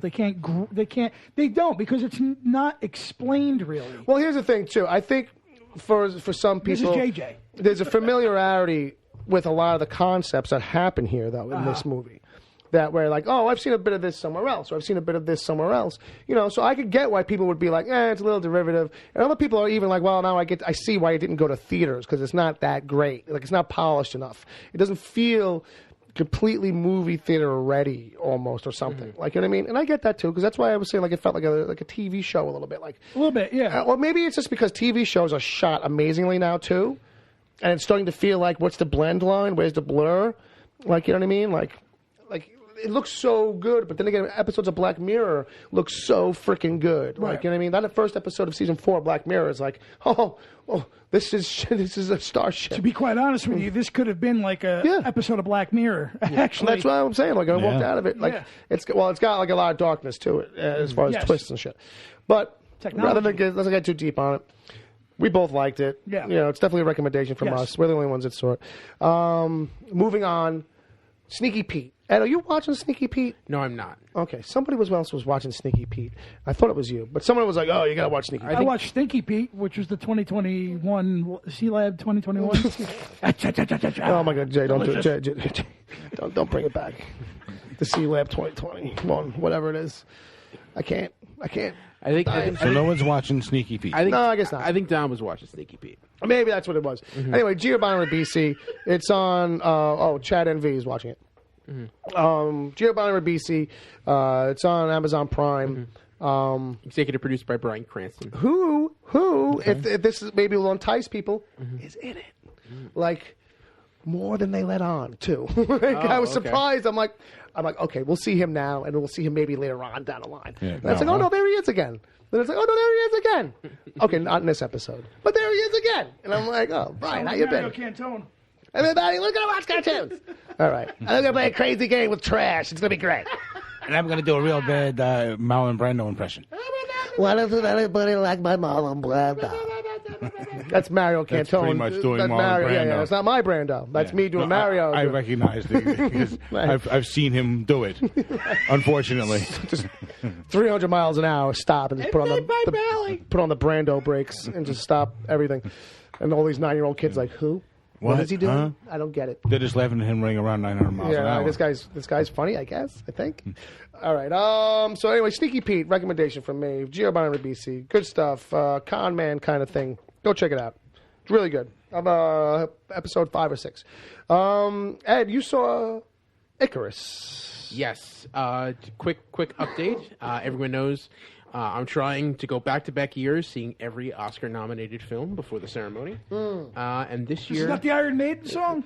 Is that what you're doing? No. Flight of the Icarus. Yeah. As of right now, I have 14 movies left. That's a lot of movies, yo. Out of 59. That's pretty good progress. Yeah, and 8 of those 14 are shorts. Okay. That's... Eight shorts, 5 foreign films, and one best, and Roman J. Israel Esquire. Well, you know. So you got about 10 to 12 hours of viewing to watch. Yeah. Sounds like math. That's These not numbers, too bad. too many numbers. We're bordering on math here. But one of the documentaries Yes. that I watched is a Netflix called Icarus. And it tells the story of the Russian doping scandal. This sounds like sports here. It does sound like sports. I don't know about this. Because it is sports, but it is very intriguing because it's about... You don't hear me talking about episode 5 of Dirty Money. For a second there, I thought he was saying that Russians are going around making people dopey. Yeah. Icarus is also Charlton dropping Heston's space IQs. shuttle in Planet of the Apes. Yeah. Yes. And It's not that? It's No, also it's not. one of the gods, I believe. Anyway. Yeah, but this is about... In bicycle racing. Yeah, this is about a cyclist who decided, you know what, I'm going to dope, and I'm going to film myself doing it. Right. And the Russian scientist who he asked to help him figure out his doping turns out was running this whole thing for the Russian Olympic team. Right. And got caught in the middle of it, and it follows him through this whole big scandal, and it's just a really compelling movie. I encourage everyone. I don't know what the chances are of this winning, but based on the 5 I saw, this is my favorite. Okay. Do we see him go into full-on roid rage at some point from taking all the doping? Well, the doping is actually an interesting thing because what's funny is like I saw the first half of it. Yeah. I was watching it with Dom, and then I think we fell asleep, Netflixing, a little too much chilling.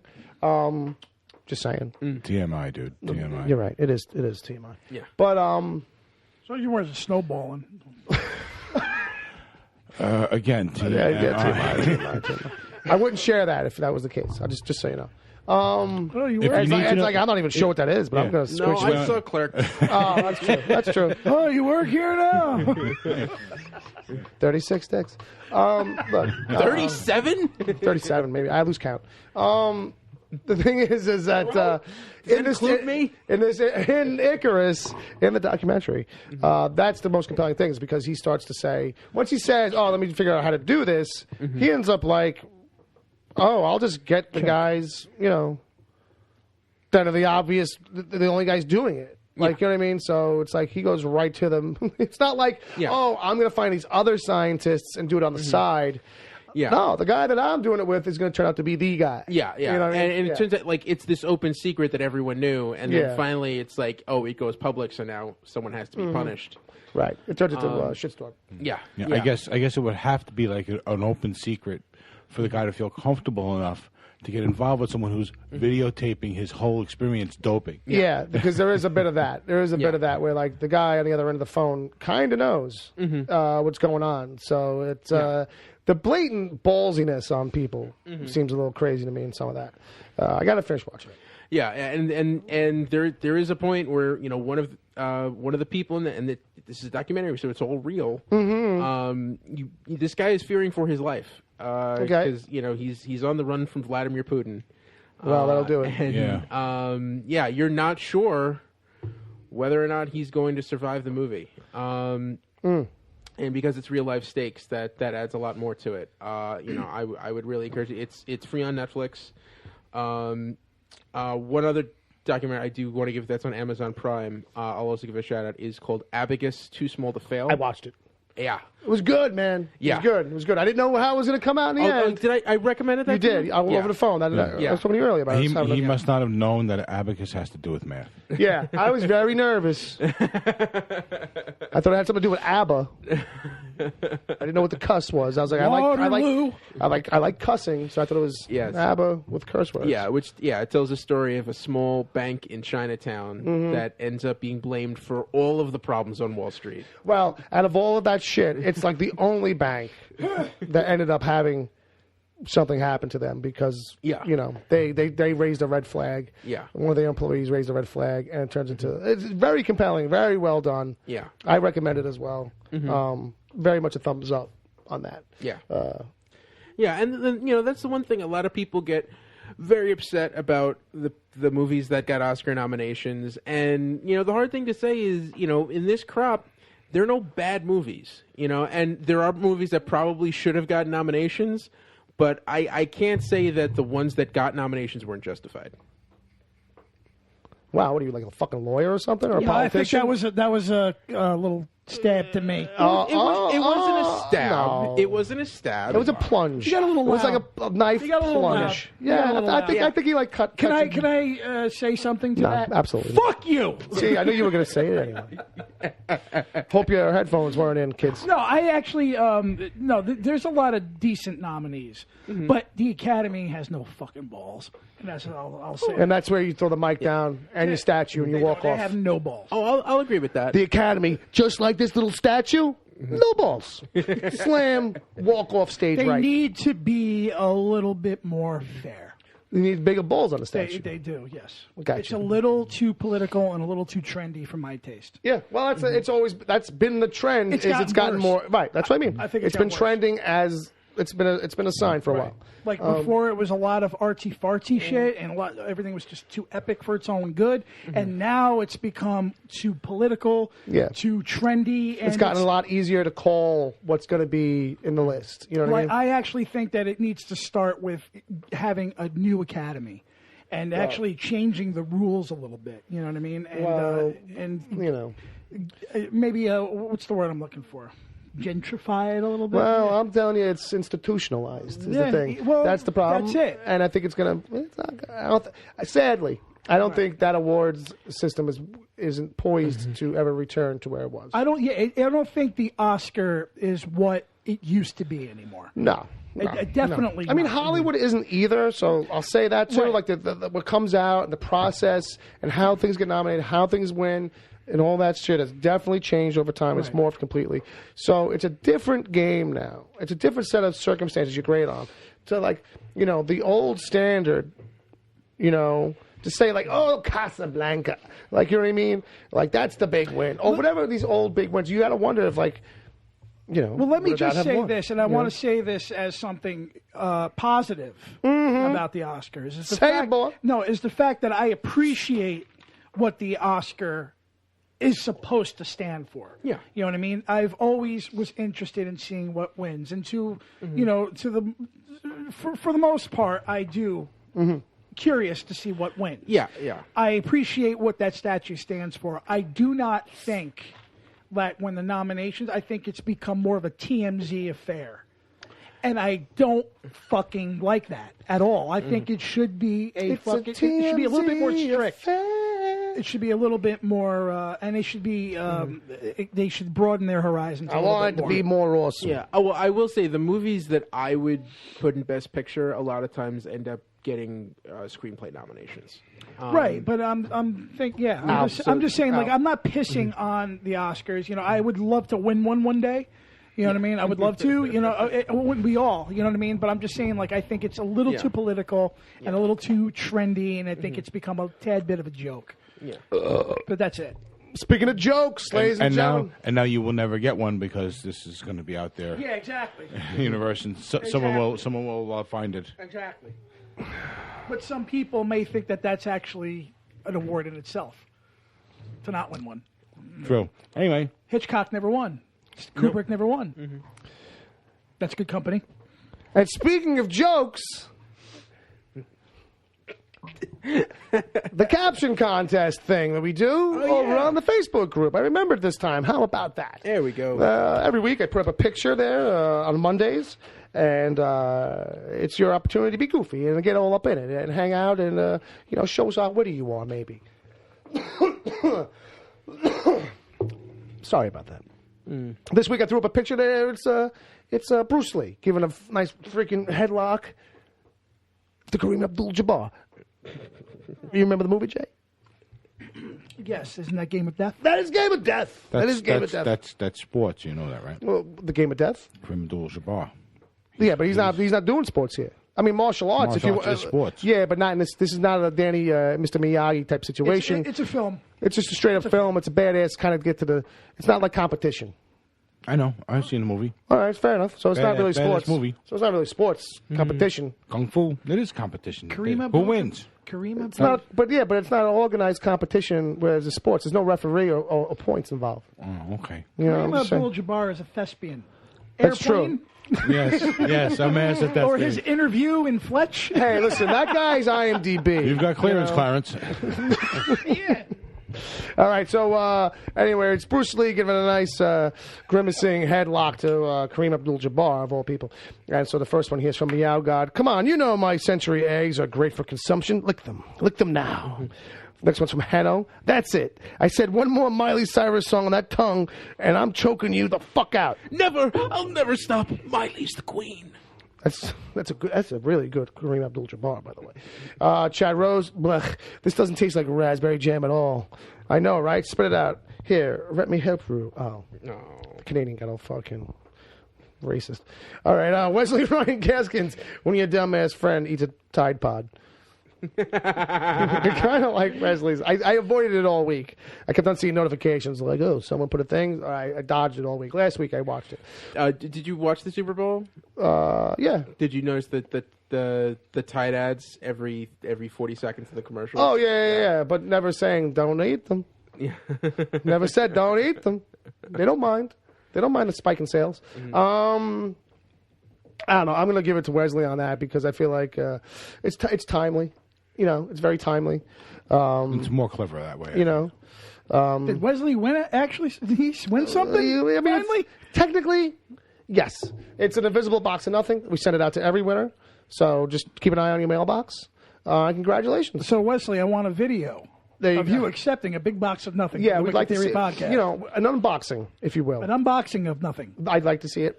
I wouldn't mind. I mean, And if you don't, I'll do it in your name. fair enough.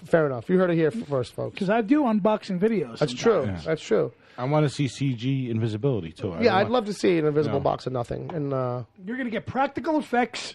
You're going to like it. very practical effects, I think. no green for this screen. for this bit. I think practical is the way to go. I You're think going to for this get one. me with an X-Acto blade. Cutting open And that's about it. nothing. And that's about it. That's You're about going to it. be walking around now. Make a cellophane box with clear plastic straws. I think you just As a go frame. mime. I think you just go mime. Do your best mime with the box, and like, hey, let me shake it. You know, oh, what's in here? Oh, put it down. It's heavy. You pick it up. Yeah, hey, thump it on the counter, like hit the table with your knee so it moves a little bit. You know. God. And I know Bob expects his birthday video coming up. I do his birthday video. Wesley says, "I have an idea." That's like 7 months. Wesley says, "I have an idea already."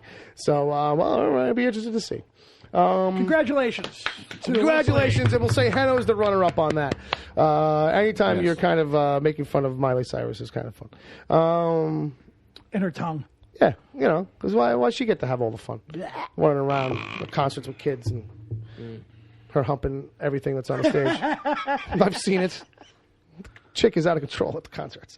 All right, so, all right. I think that's going to do that. I think that's going to be it for that particular segment of the show. All right. Hey. So what's next? Sonny? I don't know. I'm just going to wrap it up and say, hey, people, check it out. Mondays, the Wicked Theory group chat thing. Go to Facebook/Wicked Theory, whatever that is. Find the group. Join the group. Get in the group. Play the game. Oh, that's the whole entire address? Well, I'm missing a piece. It's Facebook.com/Wicked Theory. Join the group, join the chat. Yeah, basically. All lowercase? Yeah. Okay. Yeah, that whole run on. Okay, I'm just saying. Well, I appreciate you checking up on me. I'm just trying to get it straight. Well, I'm not known for that. Wait a minute. I might be blocked for me. I think I'm going to have another drink. Planned maintenance. Due to scheduled maintenance of our data centers, power supplies, 101, the web may not be fully functioning. Well, let's just log in and see then. Hey, Chad, I'm drinking Crown Royal, man.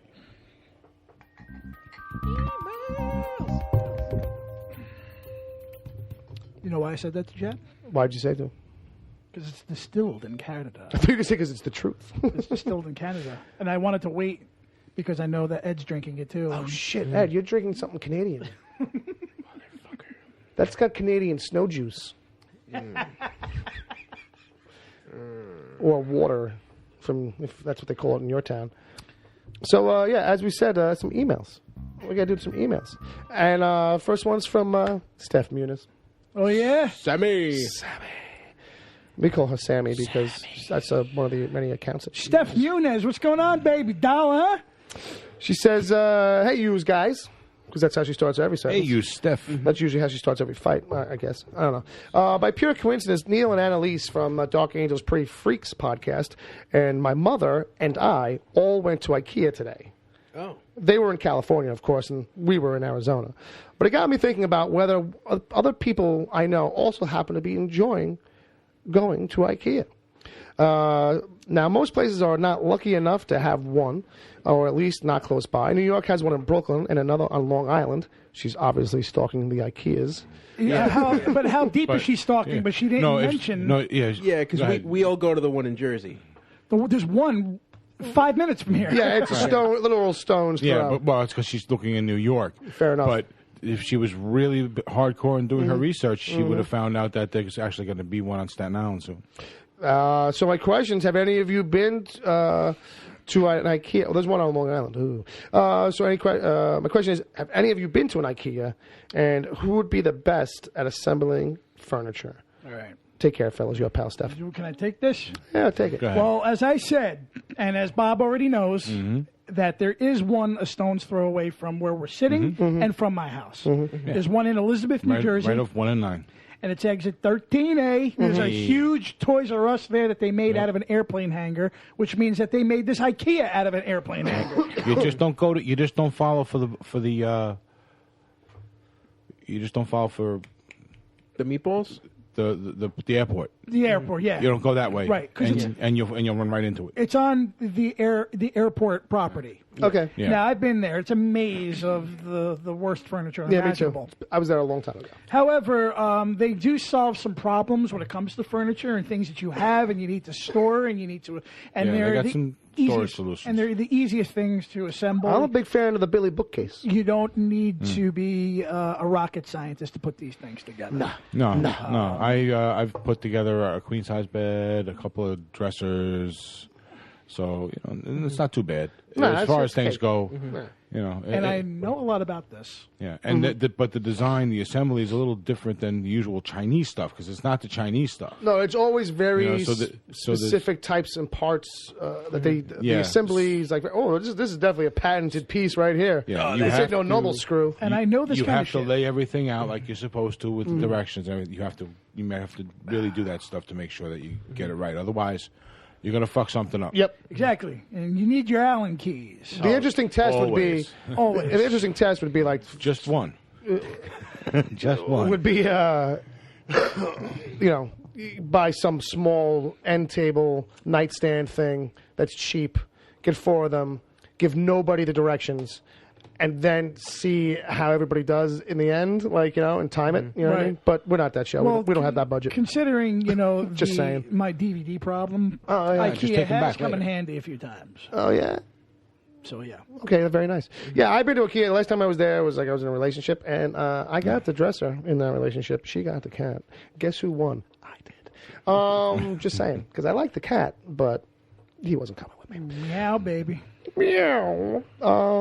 You'd have been dropped off at the Chinese restaurant on the way, right? No. I mean, he was cool, but I was not having cats are just kind of like they go on everything. Like he'd be on top of the fridge right now, and that's not cool. No, it's not cool. You can't chill up on top of the fridge. Between the liquor bottles and the soda bottles.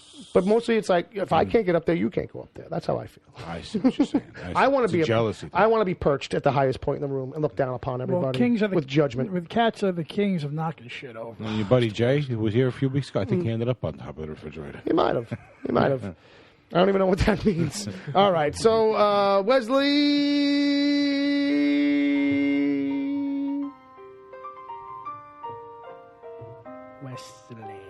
Wes. Gaskin. And that wasn't me this time. All right. Wesley. All right. The answer is 4. Oh my God, you got it. How did you? No, it's 42. No. See, it's not about Douglas Adams. No, it's All right, Hollywood Boulevard. Or Jackie Robinson. There you go. So he says, hey, you gentlemen, what ringtones would you give some of your favorite characters? He's got another question after that. Ringtones? Yeah. What ringtones would you give some of your favorite characters? You all have the same ringtone. I would It's give a default. I would give Axel Foley the Axel Foley theme. Do. That was my ringtone at one point. Yeah, but that in one high it's school. like the really annoying one that you hear places now. Yeah, it's a real high pitched fucking. Yeah, but it's a real high pitched keyboard total synth thing. that total digital one. Yeah, the real shrill, annoying one. Let's see. I would give Ben Affleck, the current Batman, the '60s Batman theme. There you go. There you go. I can see it. I would give Captain Kirk. Actually, no, just the you know, See, Just that segment. that thing from when you see the transition the transition music from when with the screen with a big spiraling the logo. Batman, yeah. See, Just keep letting that ring. when Ben Affleck, I would just have on loop the scene in Jay and Silent Bob where Jade goes to him, "You the bomb at Phantoms, bro." That's when he gets text messages. Yeah. That's his text message alert. You know, so he could just be like, "Yeah, I'm going to pretend this is someone saying something nice to me," and then he cries. I'd give Captain Kirk "Born to Be Wild." Or Mr. Tambourine Man. Or what about giving Superman? What's the one? Thank you for waiting, by the way. What's that one? don't know. Would you still call me Superman? Oh, well, yeah. Three Doors Down or something like that. Yeah. It sounds right. That sounds. I think that's a 3 Doors Down. So, Right. yeah. Or Pocket Full of Kryptonite. There you go. From, no, he wouldn't like that one. That one would make him nervous. It should. Well, maybe that would be Lex Luthor's. There you go. Yeah. That makes more sense. Right. All right. That explains why he got the cancer. Hey, that shit's radioactive. Ooh. That shit's from space. All right. So his next question is: do you have anything for that, Jay? Who? For you? Did you have anything for the ringtones? No, everybody's got the same ringtone. It's 70s ringtone. It just rings like an old 70s telephone. Here's a little bit something a little more obscure. Okay. Gene Simmons of Kiss had his own solo album. There was a song called "Radioactive," There you go. and it's That's a cool about song. she's radioactive. Right. And who would have that? That would have She-Hulk. Very seductive. There you go. All right. So I like that track. It's a cool, smooth track. Yeah, it's a cool riff track. following the music theme, Wesley continues with his second question, which is: what is a song that still gives you chills every time you hear it? Pocket Full of Kryptonite. There's That's not the name of the song. It's called something else. Isn't it Jimmy Olsen's Blues? yes, or something like that? absolutely is. Yeah, is that Absolutely is that is. right? Yeah, okay. Yes. Well, I don't know if he means like in a good way or a bad way. well, Chills. sometimes I'm on YouTube and I'll run across Stevie Ray Vaughan, Oh, yeah. and I get chills. I get chills every time. In part because he's passed, just because it's like that much awesomeness is like Yeah. immortalized. You know what I mean? Yeah. No, yeah. And it's like watching Ghost almost. You know what I mean? Guys like things like that. Lemmy watching Motorhead now because Lemmy's passed. That does it for me too. I think Chad and V's got this one, Sound of Silence. I've definitely had I can understand that. Yeah, I can get that. I've had a moment with that song where I was like, I had a reappreciation for it later on where I was like, I think this song got me. I must be an adult now or something. See, Simon and Garfunkel songs make me violently angry. It's funny. That's why I can't handle The Graduate because It's the soundtrack more than anything else? yeah, it's just so fucking stupid. Right. Well, Like that whole thing where it's like a rhyme for medieval times, like parsley, sage, rosemary, and thyme. Right, Like, yeah. what the fuck does that mean? So focus on the time part. I bet you it's spelled differently. It's a recipe. For disaster. What were you going to say, Bob?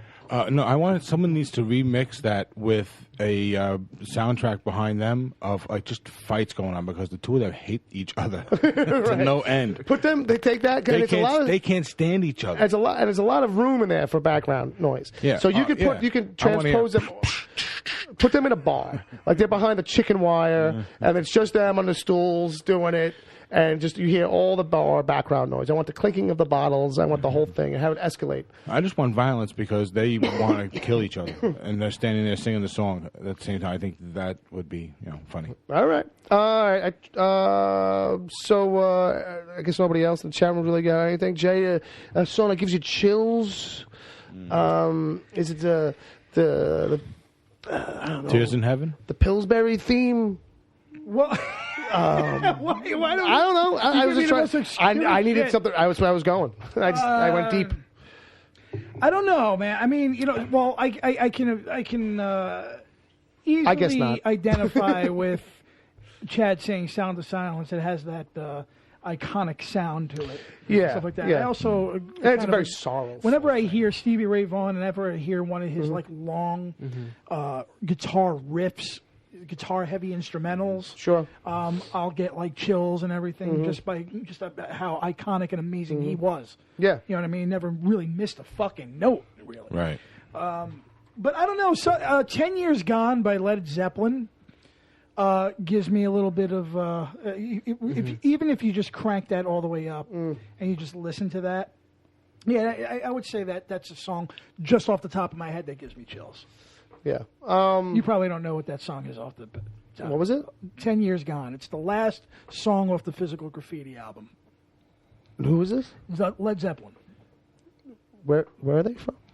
I'm sure that I've heard. They're from. I'll just being a dick. I'm sure that where are they They're from? from Europe. Europe? Yeah, Europe. Yeah, okay. And it's not the band Europe. Oh, all right. I'm sure the final countdown gives everybody chills. Well, if any song would. It's the final countdown. I would say Billy Joel's "Goodnight Saigon." Yeah, that's a good one. That's a good one. Did you say Tears in Heaven?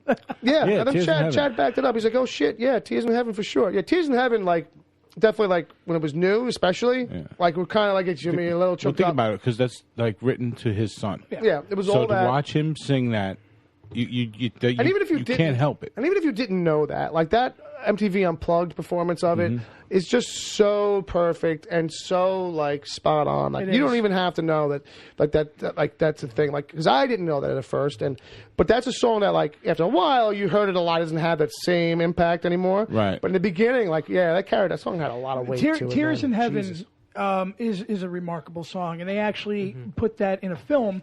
The film was called Rush with Jason Patrick, Jennifer Jason Leigh, Right. DEA agents that get strung out on the fucking heroin and shit like that. Oh yeah, sure. The- It's part of the soundtrack, right? The soundtrack is all Eric Clapton.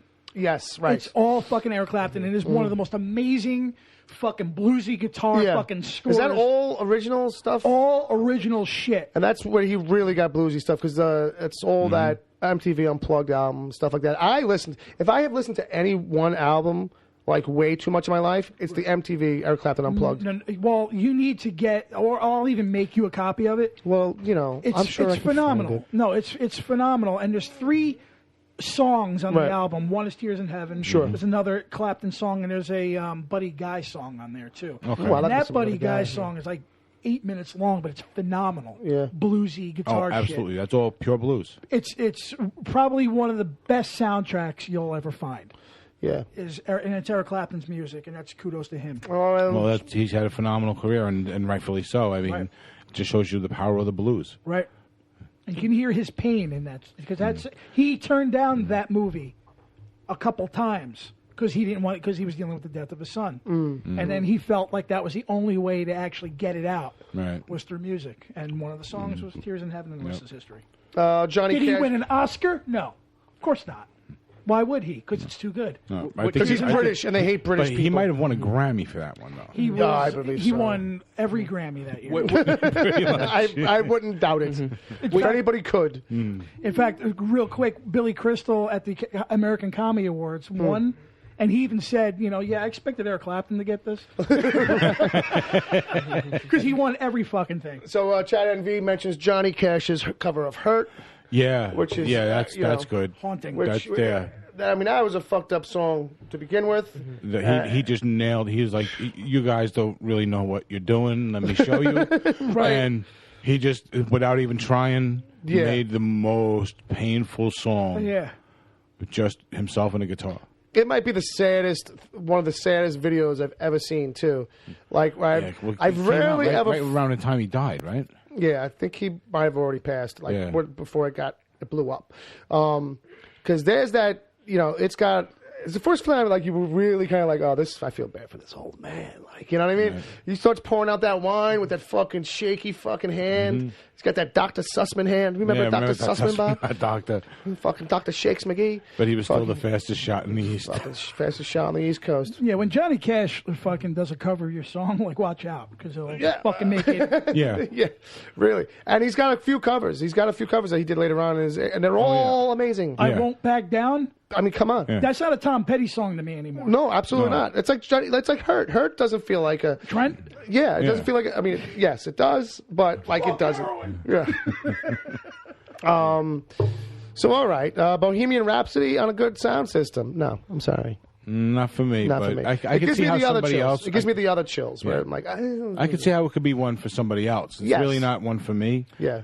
I was never a huge fan of Queen musically, but I always appreciated their music. Yes. I like Queen, but there's other songs that are chilling. Yeah. Other than that one, I think. Who Wants to Live Forever? Well, all right, come on. The Highlander stuff. Come on. Who wants to live forever? There's another movie. How about my Freddie Mercury right there? I get no respect for that great Freddie Mercury impression I just did. I want to hear Flash. The whole Flash theme.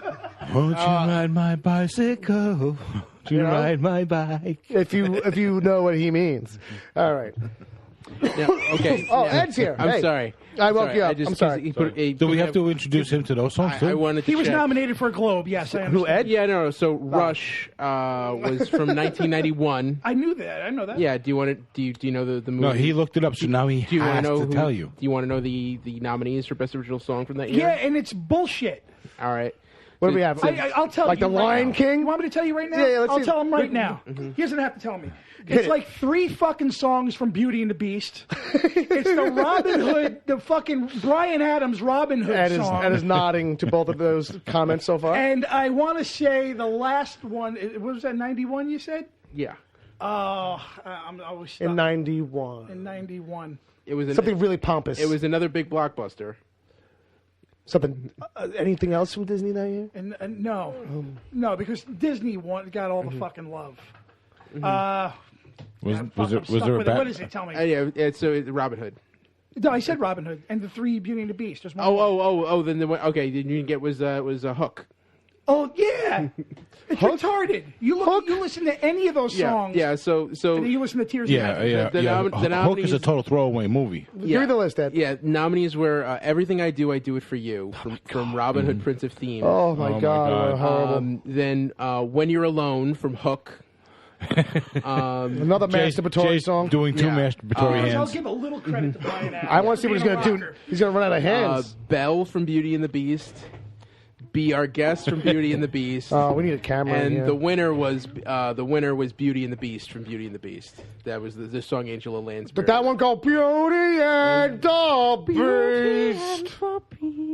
Yeah. Now, do you honestly think that those songs are better than Tears in Heaven? I to be honest, I've never seen Rush. I've never heard Tears. It doesn't matter if you saw Rush. But have you heard all those songs? Of course he has. Yeah, because that's the question. Because that's the question. Yeah. It's not like which we movie. have to stop right now, and he has to listen to Tears in Heaven. It's not like the award is for best use of a song in a movie. Mm-hmm. It's just best song. Yeah, you know what I mean. So it's like which song is actually the best song. Mm-hmm. Best original song. Right. Mm-hmm. Fair enough. Yeah. It's not best use of a song. You got a bunch of you got those movies, and then you have Eric Clapton, one of the greatest guitarists of all time. He has had more success musically than just about anybody else on the freaking planet. He was he created Derek and the Dominoes. He was in Cream. He was in the Yardbirds. All Rock and Roll Hall of Famers right there. Then on his own, he has had success after success. It's just a really beautifully written song, too. Yeah, you know what I mean? It is the most heartfelt, personal song. Well, that's the thing about it, and that's why it probably should have won, because it's the one song. But even if you don't know him and what's going on with him and his son, that's the only genuine song in that fucking list that comes from like a real genuine place that isn't like this manufactured kind of a thing. or doesn't have that kind of like overly written. So it doesn't feel movie. Like, you know what I mean? And maybe that's why it lost. It doesn't feel movie It enough. wasn't even nominated. What did it take? I know it was nominated for the Globe. What place did it take? I bet you it was that fucking Hook song. Tears in Heaven was nominated for a Globe. Oh, okay. I bet you it took the place of that fucking Hook song. Or one of the fucking Beauty and the Beast. But that's what I'm saying. I mean, it's a beautifully written song. You know what I mean? Yeah. They may not. Oh, I know this song. I know this song. I've heard it before. Oh, okay. You're listening to it right now? I'm listening to it now. Yeah, Oh, okay. yeah. You've heard that. I mean, how could you not? Yeah. But anyway, you know what? There's enough of this. All right? It's enough of this. This fucking... Well, I was ready to tag Eric Clapton on this show, and now I don't want to tell a gig about it. I don't think he's like... I don't think he's on Twitter. I'm just going to say. I have a feeling that if you find Eric Clapton, it's not him. Eric, if you're listening, From the Cradle, an amazing fucking piece of blues loved it. literature. Loved it. I even love the stuff other people give you a hard time about. How about that? Like what? I don't know. Whatever. Like what? I don't know. Probably. When he hooked up with Babyface. Yeah, like that All right, stuff. Stuff where all of a sudden he had a drum machine. All right, we're not tagging him. Now we can't tag him. Oh, we were so close. One of these weeks we'll behave. Guys, you make fun of that, He's but one of my favorite guitarists. maybe that's how people who wouldn't necessarily listen to him will actually hear him. You know, I guess what I'm trying to say, Bill, is the fact that when you have I somebody don't care. like Eric Clapton and you hear the shit music that's out today, Oh, that's not even what you were saying at all. you know what I mean? So that's not what you're trying to that's why say. I'm passionate Because you didn't about say it. anything about that at all. That there was about modern Well, music I'm versus thinking Eric it. Clapton. I'm thinking I don't need anybody's grandpa thinking hanging it. around here. Okay. Yeah, and he's Let's resist the urge. You like Eric Clapton? I do, but I wouldn't say that means like because today's music is shit. That like this guy from when I grew up was amazing. Well, it's like it's grandpa But stuff. what I'm saying is that's music. That's music. Yeah. Everything that you saw on that award show a week ago is. Oh, I don't even know what was nominated this past week. I don't even know. and just because Technically, it's all music. because I know you're asking for the Globes that year. It was Beauty and the Beast, Be Our Guest. Belle from Beauty and the Beast was not nominated, and neither was the song from Hook. But it was the Robin Hood song, Tears in Heaven, and Dreams to Dream from An American Tale, Five O Goes West. Now you're talking. See, now you're talking. A Spielberg gem, that Five Goes West. Me and Bob know what we're talking about. No, I do too. Five goes west. And Beauty and the Beast won the Globe. Jay, Well, it's not even somewhere out there. But You know here's what I mean? I'm thinking, Jay. Maybe because it's already a Grammy-winning song, they didn't give it. It didn't win the Grammy yet. At this point? At that point. No, that's earlier in the Well, year. well, either way, I think the thing is that, like, for them, it's like, oh, it's Eric Clapton. He's amazing. We all know that.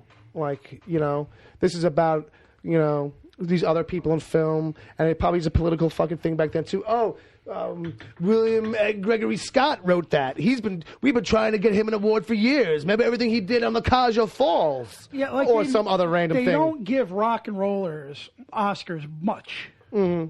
They gave it to Trent, who's not really rock. I'm not saying rock and roller. No, but I mean, And I know Bruce Springsteen has one too. Are we really getting deep on this? You know what I mean? We're chatting a little bit. Oh, all right. I just feel like there's a lot of tension about it. Like, right, forget it. Like all of a sudden, it's like I didn't know he was your uncle. Five goes west. Somewhere Are we really going through with that? out there, someone's thinking of me. I'll just say that. Ladies and gentlemen, boils and goyles. We would like to boils and goyles. We would like to thank you for listening live. I have more to say, but I'm not going to say to the it. wicked. Well, because I know you're all ramped up. Well, right you're going to get to say it after repeat. Yeah, I mean, if it's still there, you can open up the box of treasures on the other side. All right. 'Cause we're going to do the little after show. Because we do that. It's a great setup you gave me. I love you, Eric. And the Yardbirds is some great shit. I think he was knighted, right? Yes, it's Sir Eric Clapton. So, Not many heroin guys that like. Not many not many guys that like heroin get knighted. Not many guys play the fucking blues like he does, I'll tell you that. That's true. So, ladies and gentlemen, Wesley Ryan Gaskins in the chat room is continuing this song. I think he's continuing the Somewhere Out There song.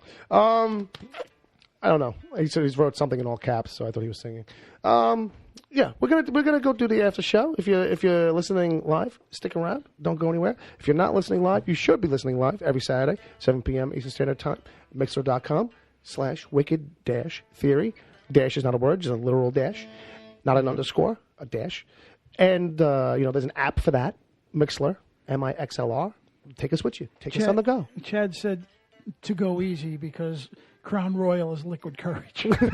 but Chad, you got to agree, Eric Clapton. Here we go. It's fucking awesome shit. He's beyond awesome. But you know what? He's a rock and roller. It's of no surprise that he wouldn't get proper credit and due from a movie award system. You know what? He's got where he needs it. Right. You know, Academy of Arts and Sciences. Well, what's the science there? Well, I just got through saying that I was disappointed in them in the first place, and it's probably more of an award. Hey, look. That he wasn't recognized. Motherfucker got knighted. After that, there are no other awards that really matter. I understand. Someone put a sword to his shoulder and is like, I changed your entire name. Right. You know what I mean? Other people have to address you differently now. Right. Like him and Anthony Hopkins hang out. Like, I mean, it's hard enough to get anybody to call you sir without you wanting to punch them in the face because you feel like, oh, you comment because I'm old now? You know what I mean? But, like, if I had that, I'd be like, yeah, you know. Yeah, but then there's Lord. You think he'll get up there? I don't know. Maybe. I think you have to be related to somebody. I think you have to be somebody's cousin. Right? The next thing is being a Lord. Is that right? What? After being knighted and you're a sir, isn't there a lordmanship or something like that? Lordmanship. Yeah. All right. Something like that, right? Anyway, go ahead. You can close the show. In the after show, we're going to get down into the science of lordmanship. Lord Laurence Olivier. And it's true. Is he a lord? He was Lord, yeah. He might have actually, because he's got blood. That might be it. I think you have to have blood to be a lord. Because it implies land. I think you are a lord of your land. Yeah, he owned half of England. And that means oh, we can't just take it. We have to coax it out of you. And you have to bang Marilyn Monroe. Well, I mean, I don't know about have to. But hey, I mean, you could be Brando banging anything that walks, according to recent revelations. Him and Will Chamberlain. Will Chamberlain, Richard Pryor. If it ain't nailed down, he'll nail it down. Elvis, he's all shook up. All right, enough. All right, I got it. So when we do the after show, I have. All right, Ed's got something for you to stand by and check out, as I do in the break space. Interesting song for you guys to check out. Yeah. There you go. Listen to us live, blah, blah, blah, blah, blah. Bob, where can people find you? At Bob WTPC. On the Twitters, where can people find you, Ed? I'm at Edward O'Hare, TBD. TBD, and a DCTV report. Uncle Jay? I'm at Lord Uncle Jay. Lord Sir. Lord Sir, Uncle Jay. I am at Uncle Jay's thing. Uncle Jay's thing. On the Twitters. On the Twitters. I'm at Wicked Theory. Check out Agent Palmer at Agent Palmer. He's a big, helpful, happening kind of guy. And then wickedtheory.com. Find us on iTunes, Stitcher, Google Play Music. Get that Mixler app, kids. Listen to us live. Find us on Patreon. Support the show. Lord Chickleys. Patreon.com/Wicked Theory. Lord Bob. Lord Bob, please. Lord Bob. Please take us out.